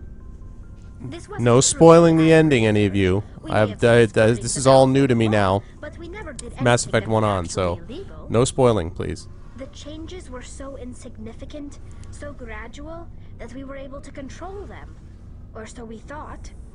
But one thing we underestimated was the power of the neural network. A million Geth thinking simultaneously created an inherently unstable matrix. So, the Geth share brain power? Okay, Mojo. Many of the Geth's logic systems were designed to work in concert with other nearby Geth. Basically, the more of them you have in the group, the smarter they are. Okay. Like a hive mind. So there's some sort of group consciousness. No, nothing like that. They cannot share sensory data or information. Their programming cannot handle that much simultaneous input. Each Geth maintains an individual awareness and identity. The neural network only operates on a process-based level. It's basically the synthetic equivalent of a subconscious. But when they're in close proximity, they can coordinate low-level functional processes, freeing up more capacity for original or independent thought. Well, that's fine. Just keep them separate all the time, you know? That doesn't make any sense. I'm probably oversimplifying. The Geth are incredibly advanced and complex creations. All you need to know is that they get smarter when they gather in large numbers. As we built more and more Geth, their effective intelligence became more sophisticated, more abstract. One day, a Geth began to... I just don't understand why this wouldn't have, why the Quarians wouldn't have seen this coming from a mile off. I mean, like, they should have seen this was going to happen. What is my purpose? You know, like... As you can imagine, this caused a near panic among my people. Yeah, well, like, it's your own fault for setting it up this way, like... I don't see what's so bad about those questions. The Geth were created to engage in mundane, repetitive, or dangerous manual labor. Oh, that's why, G. For machines, but it won't satisfy a sentient being for long. But really, this, like, oh, we had no idea. I just don't buy that nonsense. It's typical, like, scientist hear no evil, see no evil stuff. Like, well, we're just doing the work. Like, you couldn't figure out that the Geth were going to be a danger? Geth would rebel against their situation. We knew they would rise up against us, so we acted first. A general order went out across all Quarian-controlled systems to permanently deactivate all Geth. Well, Durbin, don't, I was hoping that I would, so don't spoil it for me, man. What's up, by the way? Yeah, I'm kind of interested in Tali. I mean, her story, definitely. You can't blame them for fighting for their survival. We had no other choice. The Geth were already on the verge of revolution. By acting quickly, we had a chance to end the war before it began. That's okay, man. The hope was that most of the Geth would still be living machines, incapable of organized resistance. That's a good thought, Brahms. I'll do that after I end the cast later. Much further than good anyone call. Anticipated. The war was long and bloody. Millions upon millions of Quarians died at their hands. In the end, we were forced to flee our own homeworld. We feared the Geth would pursue us, but they never came beyond the Veil. Now we drift through space, exile searching for a way to reclaim what was once ours. I want to know more about the pilgrimage. When my people reach maturity, we leave our birth ships and seek acceptance with a new crew. It's necessary to maintain genetic diversity among the fleet. But no ship wants to accept someone who will be a burden on them. So, to prove our worth, we embark on a pilgrimage. We set out alone, leaving the flotilla and our families behind us. Yeah, as long as you avoid the specific stuff. But I haven't, I've only played like 2/3 of the way through this, or 60% or whatever it actually is. I think it's like 60%. If the gift is accepted, we are welcomed into the crew. Well, I mean, specifics from this game is fine. You can be like, I find Tali's awesome, or Liara's awesome. That's fine. You guys are welcome to talk about this game. I don't mind it. Like, I'm not that hypersensitive about it, guys. I just don't want people to be like, oh my god, I couldn't believe it when Tali's head was cut off, or something. Like, you know, that's stuff I don't want. But as far as, like, general discussion about the races or the stories, that's fine. Don't worry about that. You can totally talk about Mass Effect. That's fine. Just don't, you know, don't do any of the obvious stuff. That's all. What are we doing here? Do they always accept? Can a captain choose to reject the gift? That doesn't happen often.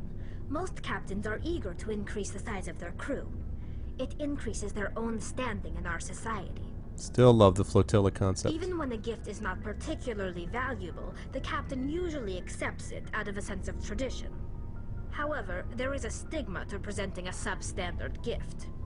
It's not the best way to make a good impression on a new community. Most pilgrims don't return until they find something worthwhile. Shut up, Brahms. God damn it, now I know everything. It really sucked when Normandy became an ice cream cone. It was terrible. I can't believe they just send you off alone. It's not like they just cast us out. Before we leave, we are Xanos given would say more than that, lessons on how to Mojo. survive I think it's outside the the accent. flotilla, and given gifts to help us on our journey. We also receive implants to fight off sickness and disease. Generations of living in an isolated and highly controlled environment have left our immune systems weaker than most. By the time we leave the fleet, we are well equipped for the pilgrimage. This is a rite of passage for all Quarians. If it were dangerous, our numbers would suffer. Virtually every pilgrimage ends with a triumphant return and the ritual presentation of the gift to one of the fleet's captains. I want to talk about something else. Like what? I think I got it all. Alright. I should go. See you later. I should go. Alright.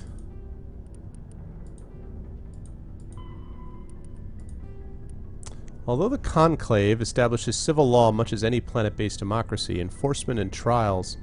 Yeah, don't... Durbin, don't worry about it, dude. You're fine, man. Don't worry about it. Although the Conclave establishes civil law much as any planet-based democracy, enforcement and trials are more unique. After the flight from the Geth... I can do that. After the flight from the Geth, there were few constables to police the millions of civilians aboard the fleet, so the many Navy parceled out Marine squads to maintain order and enforce the law. And that's when it became aliens, colonial Marines, and everyone hated it. No. Today, Quarian Marines have evolved training and tactics akin to civilian police, but remain adept at combat in the confined spaces of a starship, and fully under the command of the military. Once taken into custody, the accused is brought before the ship's captain for judgment. While the ship's council may make recommendations, tradition holds that the captain has absolute authority in matters of discipline.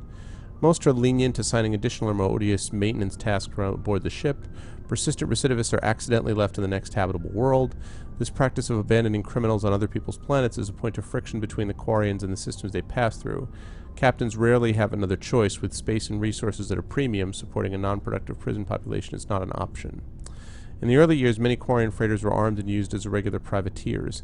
Civilian ships still show a strong preference for armament, making them unpopular targets for pirates. Though they have rebuilt their military, there are still mere hundreds of warships to protect tens of thousands of ships. The Quarian Navy follows strict routines of patrol and takes no chances. If the intent of an approaching ship can't be ascertained, they shoot to kill. Yeah, it's totally true, G. It's interesting. Oh, there's more Codex stuff. What else? What else? Oh, Quarians' religion. The ancient Quarians practiced ancestor worship. Even after abandoning faith for secularism, Quarians continued to revere the wisdom of elders. As time passed and technology advanced, they inevitably turned their knowledge to preserving the personalities and memories of the elderly as computer virtual intelligences. These recordings became a repository of knowledge and wisdom, stored in a central databank and available through any extranet connection.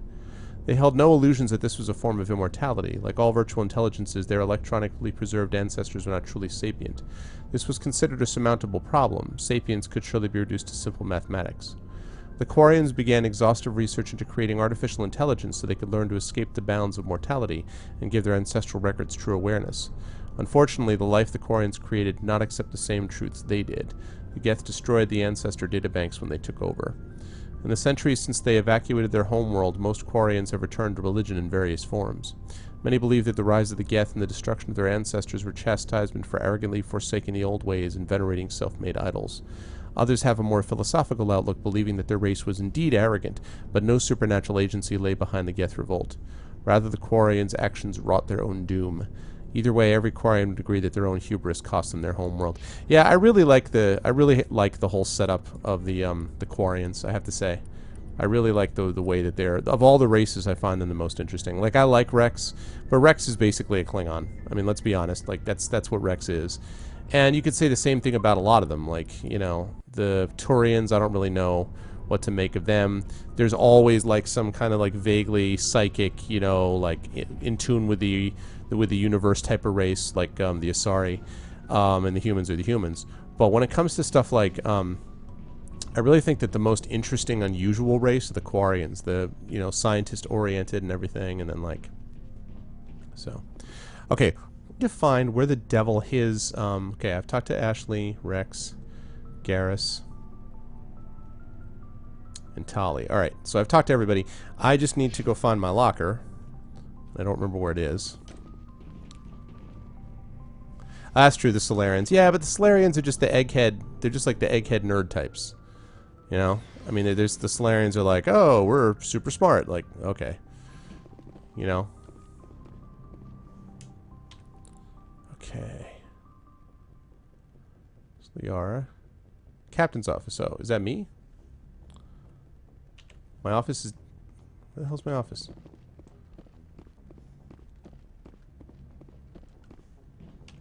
No, I'm just saying. I'm only speaking the truth, man. Alright, where's my locker? Show me my locker. This is my office. Where is my locker? Don't I have a locker? Where is Shepard's locker? Does he have one?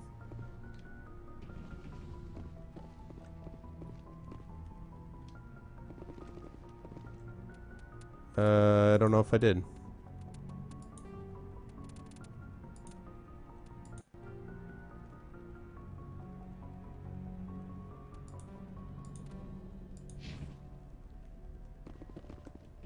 Ugh. You think that makes it look better?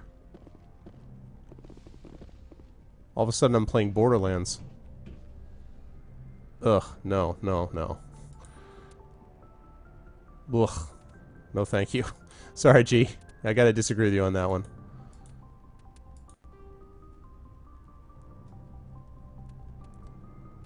I apologize, but I'll have to disagree. Respectfully disagree. It just looks too cell-shaded otherwise. You think it's downstairs where I was? God damn it. Where? I mean, I know where theirs are. I know where the staff is. But, like... Lab and storage. Could it be... I really want to find his locker. I know he has one somewhere. And I haven't been there in like 15 hours of playing this game. That's the aid station. Which was already full anyway.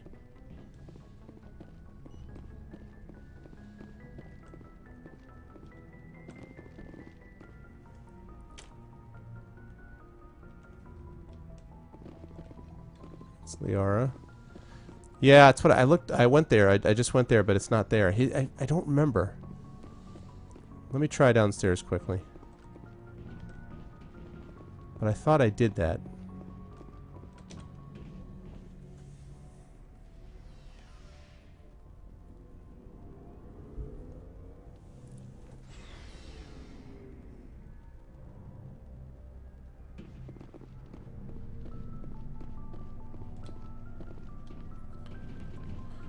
Liara, Tali, Rex, Garrus, Caden, Ashley. No, see, that's all theirs.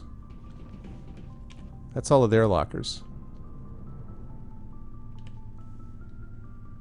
Liara, Tali, Rex, Garrus, Caden, Ashley. Yeah, that's all their stuff. Where's my locker? On the outside of the med bay. Oh, alright. Thanks, 8-Ball. Let me see. I haven't been back there in so long. I'm finally like gathering all this information that I knew years ago when I first played this game. Okay. Outside of the med bay, huh?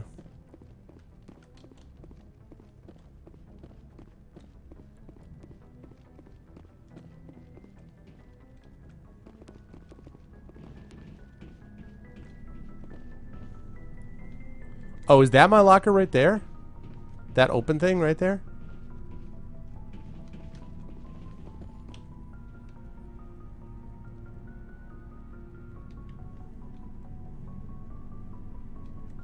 Oh, okay. I thought it, for some reason, I thought I heard that it restocked or something, but I guess not.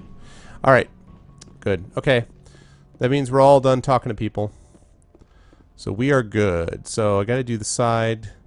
Got 2 side quests to do. I've got to take care of the Citadel fan is the only Citadel quest I have. But I'm probably, actually... Yes, Commander? Oh, no, not you. Carry on, Presley. Yes, sir. You guys can actually help me with this. So I've got this side quest that I need to do, which is to find Dr. Solan. But this Citadel quest right here, the main story is going to bring me back to the Citadel again, and I can do this side quest then, right? You understand what I'm asking? Like, I don't have to go, I don't have to make a special trip back to the Citadel to do this, right? Or do I? The Citadel, the last Citadel quest, the fan one. Because otherwise I want to do this side quest, and then I'm probably going to go to... then I have to decide between going to Vermeer or Pharos. Probably I'll go to Pharos, but... better safe than sorry. Alright. Alright, let me take that last one out.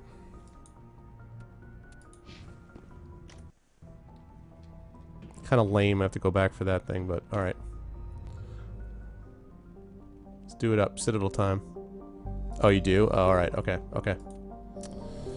Okay.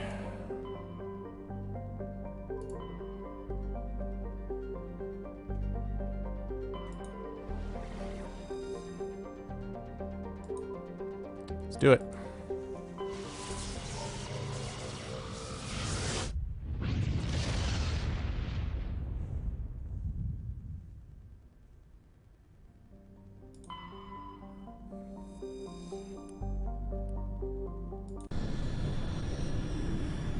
I know, I love it. I'm telling you, the first time I saw this on this actual legit computer, I was like, oh, this is what the game is supposed to be. It's supposed to be awesome. The Normandy is a sweet looking ship, man. Normandy is a badass ship. It really is.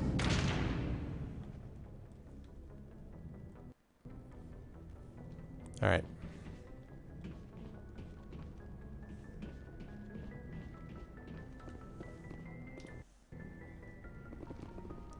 Yeah, I do too.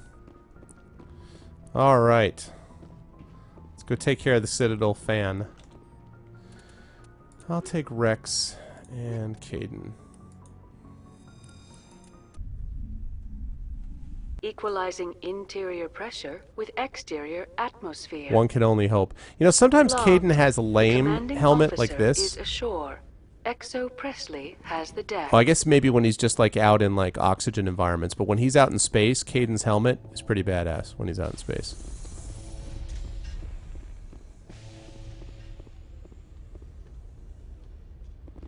Oh, I actually thought that Mojo was joking. I had this image of like, can I buy a real one? And be like, hell yeah.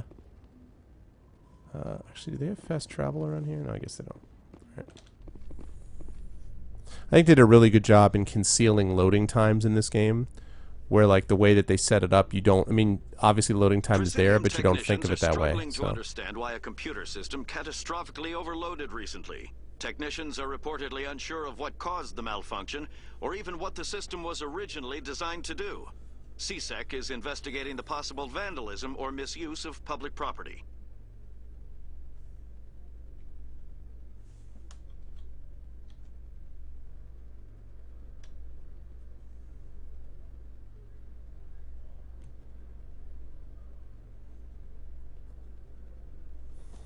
Oh, really? Nice.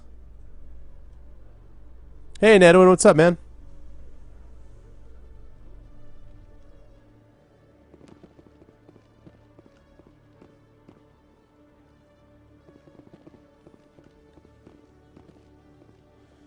Oh God, I gotta remember where the hell he was. Conrad Werner. Oh, he's in the markets, I think. I'm almost positive. Yeah, hey, what's up, man? Good to see you.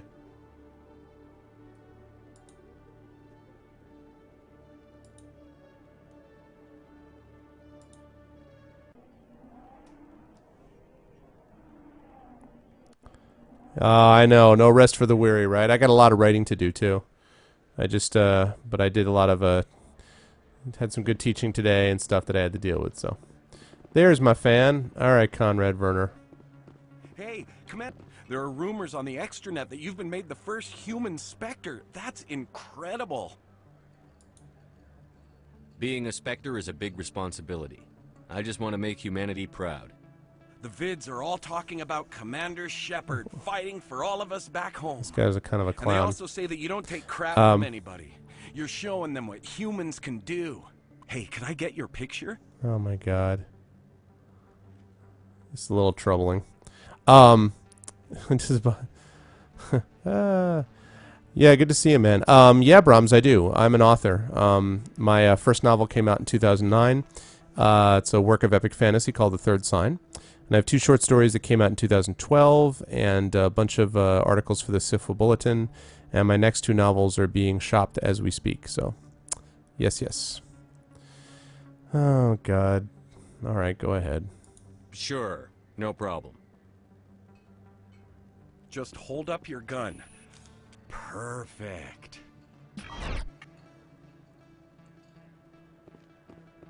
Thanks again, Commander. I'm gonna hang this in my living room. My wife will love it. Thanks, Net. Net, you missed a good time with the rest of the Warlock. We're almost done with Warlock on Firetop Mountain, almost. They have to go back and find a couple of extra things, but the mapping was really awesome. If you get a chance to look at the video, you should. The mapping was fun. It was really inspired by... most of the time I don't actually write epic fantasy. I write fantasy, but it's usually a different kind.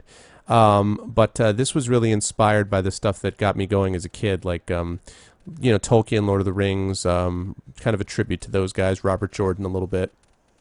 But yeah, Game of Thrones is very solid. The guy that I do a podcast called Speculate, which I'm hoping is going to get a Hugo nomination this year, fingers crossed. And so the guy that a good friend of mine who's the co-host of that podcast, it's me and this guy Brad Bollier, who loves Game of Thrones, and his series that he has out from Nightshade Books right now, which is called the Lays of Anaskaya series, that is heavily influenced by Game of Thrones. So yeah, so I have books, and I've even sold a bunch of people on my stream and Kata's stream have actually bought my book. So. Oh, that sucks, Net. Well, whatever doesn't kill us makes us stronger, right? This too shall pass, as they say. Wait, I did talk with him. What harm could there be in talking to him? I did talk to him. What the... What?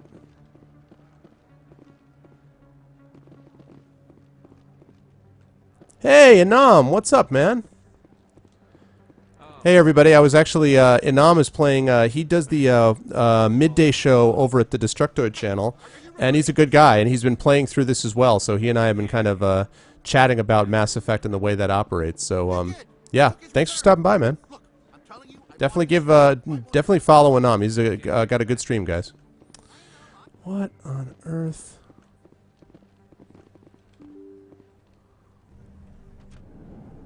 Thanks, Net. God almighty, I have got to find... I don't want to leave this place, go all the way away, and then have to go all the way back to freaking find what's-his-face. I thought that I was going to come here and it's going to be like, well, you took care of him. Man, really? Brahms. No, you don't. Good. Just playing some ME. Inam has actually played all of the Mass Effects, apparently a number of times, but so he's got the advantage on me, at least story-wise. I have only played about 60% of the way through Mass Effect 1, so... God almighty, check that out. It's beautiful, right? Don't you think so? Hmm? Answer me! Okay. Just kidding. Alright, well, I don't know. I'm going to assume that I'm going to run into this guy again, the fan. Oh, no sweat, dude.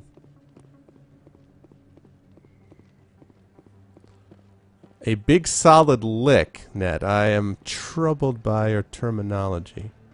Alright, well, I'm going to leave. I'm not going to hang around, go wander around looking for a random fan. I think I've done what I need to do with him. But I got to go freaking take out, find this guy for Garrus. C-Sec, damn it. There we go.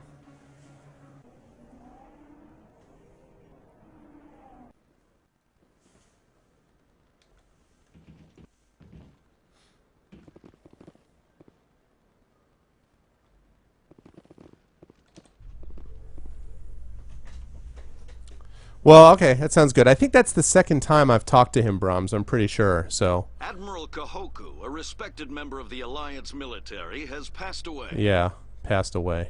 The veteran soldier who won the love of his troops during conflict with the Batarians died of natural causes. It's bullshit. The guy was killed on a hard planet. By his wife and 3 children, who are planning a small private memorial service. That is some nonsense. Are you kidding me, right?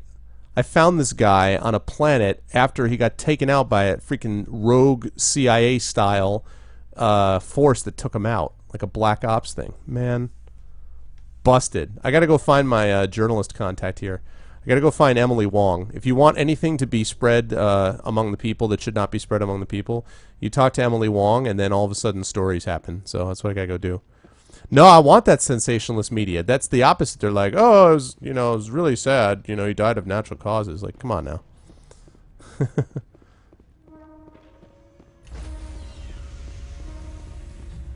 Yeah, that's it. Small world is right. Stand by, shore party. Decontamination in Logged. The commanding officer is aboard.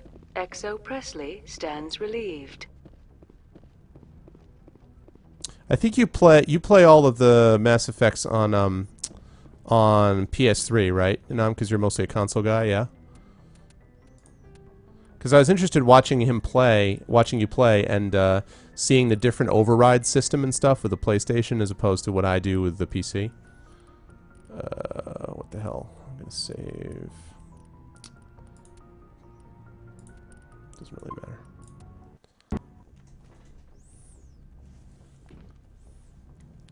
No, I believe it. I've already chatted with her a few times about it. About basically her need to go the ultimate ambitious journalist. Okay. Herschel's system and the Kepler Verge. All right, let's do it.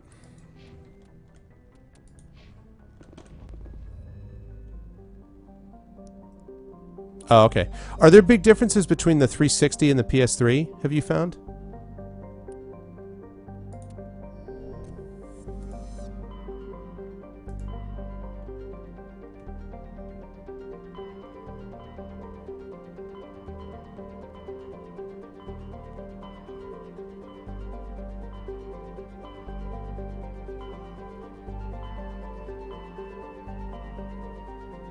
Kepler Verge.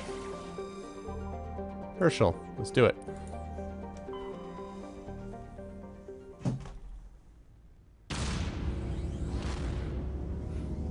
Oh, okay. Interesting.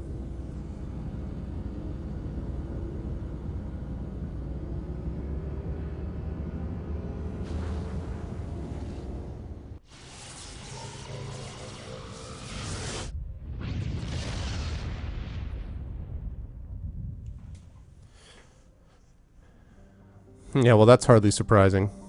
Was it Skyrim that had the ever-increasing save bug on the PS3 where, every time you saved it, the save file got so massive that it couldn't handle things after a while?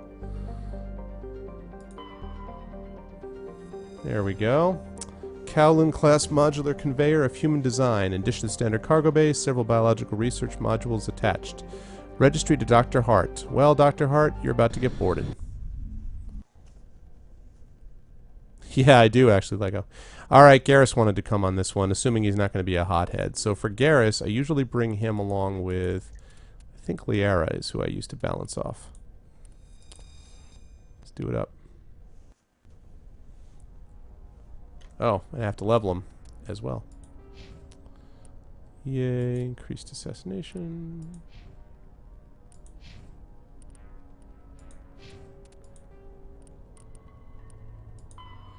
Boarded the MSF Fidel. See if Dr. Slane is on board. Well, yes, that's why I'm here.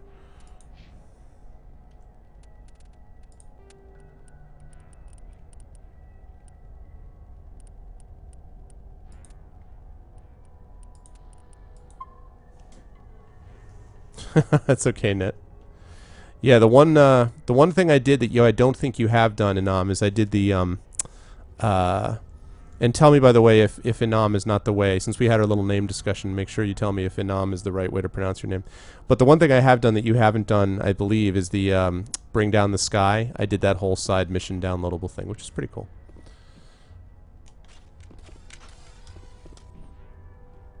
And I have tasted buckwheat, although I don't actually... I've had buckwheat pancakes. Oh, yeah, well, you could send it along, Lego, sure.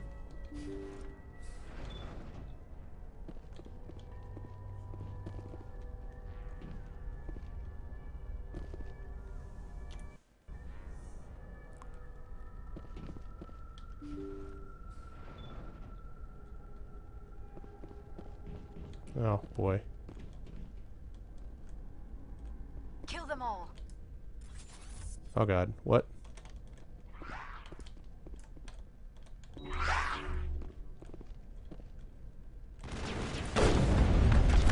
Test subject.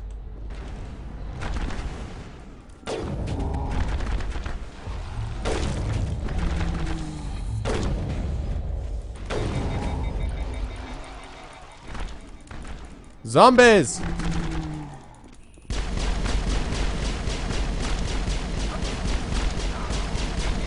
Whoa! Get back on your feet, peoples. It's nothing serious.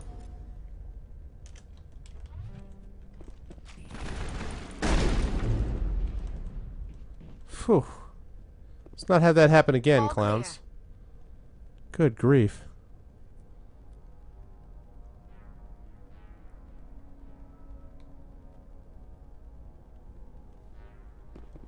That's interesting, Lego. Let me warn you, though. Alright, I'm going to heal you people, because... Even though I technically don't need to, but... Let me just warn you about one thing, which is be careful about... Oh, okay, cool, cool.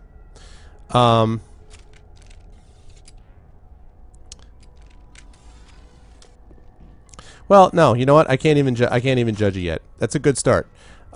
Be careful not to function in cliche, though, which means that it wouldn't surprise me that someone who has offensive tattoos and an overbearing personality is obnoxious to the parents but really good to the guy in question. So just be careful about not overdoing that and not making it into a cliche. I'm not saying it is a cliche. Just be careful not to do that. But that said, sounds like a cool start.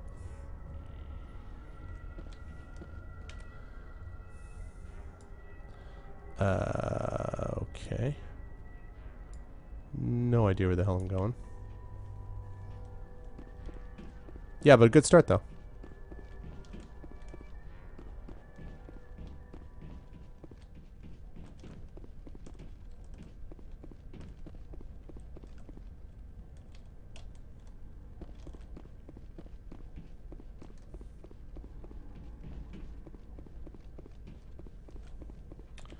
I'm going to assume that that's where I'm going.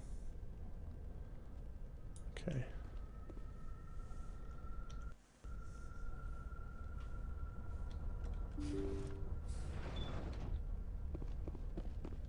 Right, left.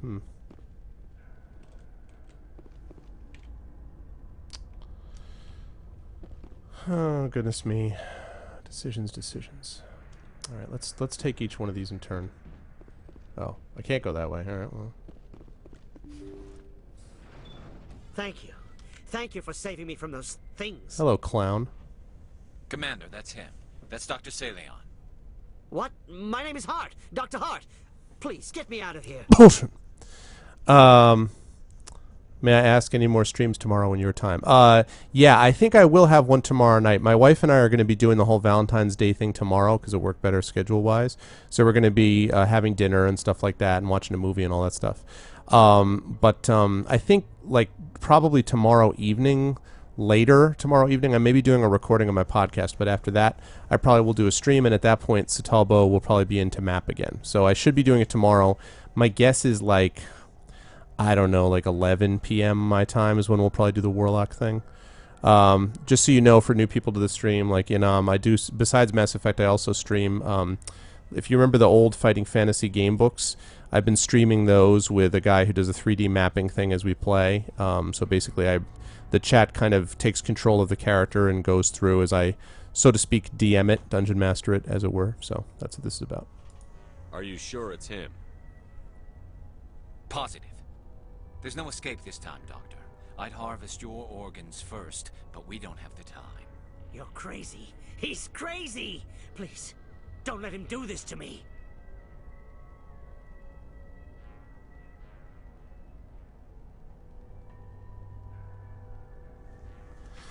I don't entirely know. Yeah, I know I do. I know I do need to make a highlight. You're right. I don't entirely know what to make of this. Like, why are the options kill him or back down? Like, can we just arrest him, please? We'll take him in. All right, good. That's what Drop I him want. off with the military. That's what I want. But we have him. We can't let him get away. Not again.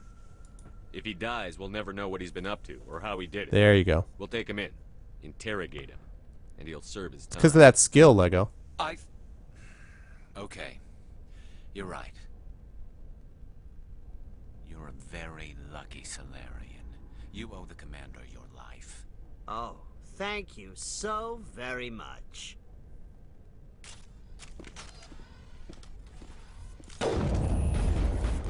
And so he dies anyway. What was the point of that? That's an excellent point. You can't predict how people will act, Garrus. But you can control how you'll respond. In the end, that's what really matters. Yeah. I don't think I ever met anyone like you, Commander. No, you haven't. Well, I guess we're done here. Hey, Tyrannical, what's up? Pale blue, violet, orange, and more than a few dark red, but his work is ended here. Time to head back to Normandy. Alright, level up. What? Level up.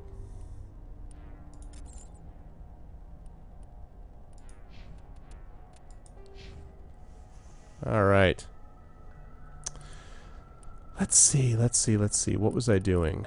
Yes, so I was going to go into tactical armor, but I got the shield boost. And I think what I was going to try to do, I was trying to decide if I wanted to go all the way up to... Because I think I have the ability to do...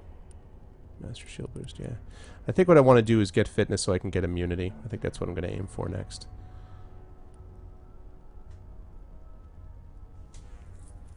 Sounds good. Thanks, Net. Have fun, man.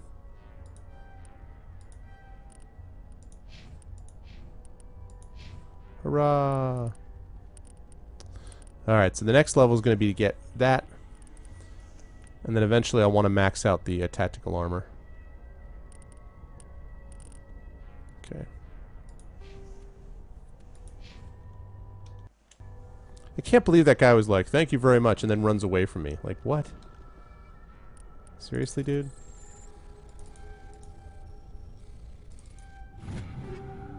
See, this is what I'm talking about. This is the PC, you know, the PC overrides. So just very different than what you were doing on the PS1, the PS version.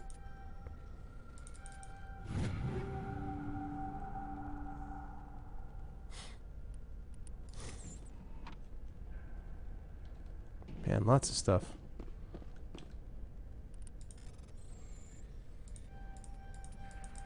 Oh god, that was terrible. There we go. What else have we got? Oh, what? A wetware kit. What the heck? Whoa! That's right. I've gotta upgrade these amps too. Whoa. Alright, I gotta deal with some of this equipment situation here.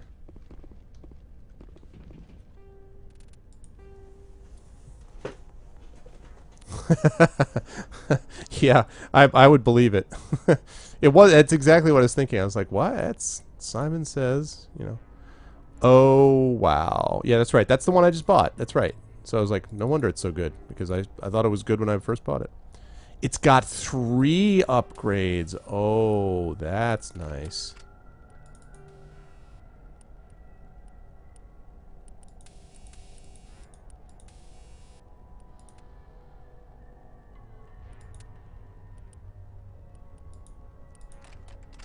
That's pretty nice. I have this the Raikou also. Nice. What the hell? I don't have another upgrade? Wow. Alright. I have to get that, obviously. I think he's probably going to be pretty good, because I got most of this stuff, although already I have a higher explosive.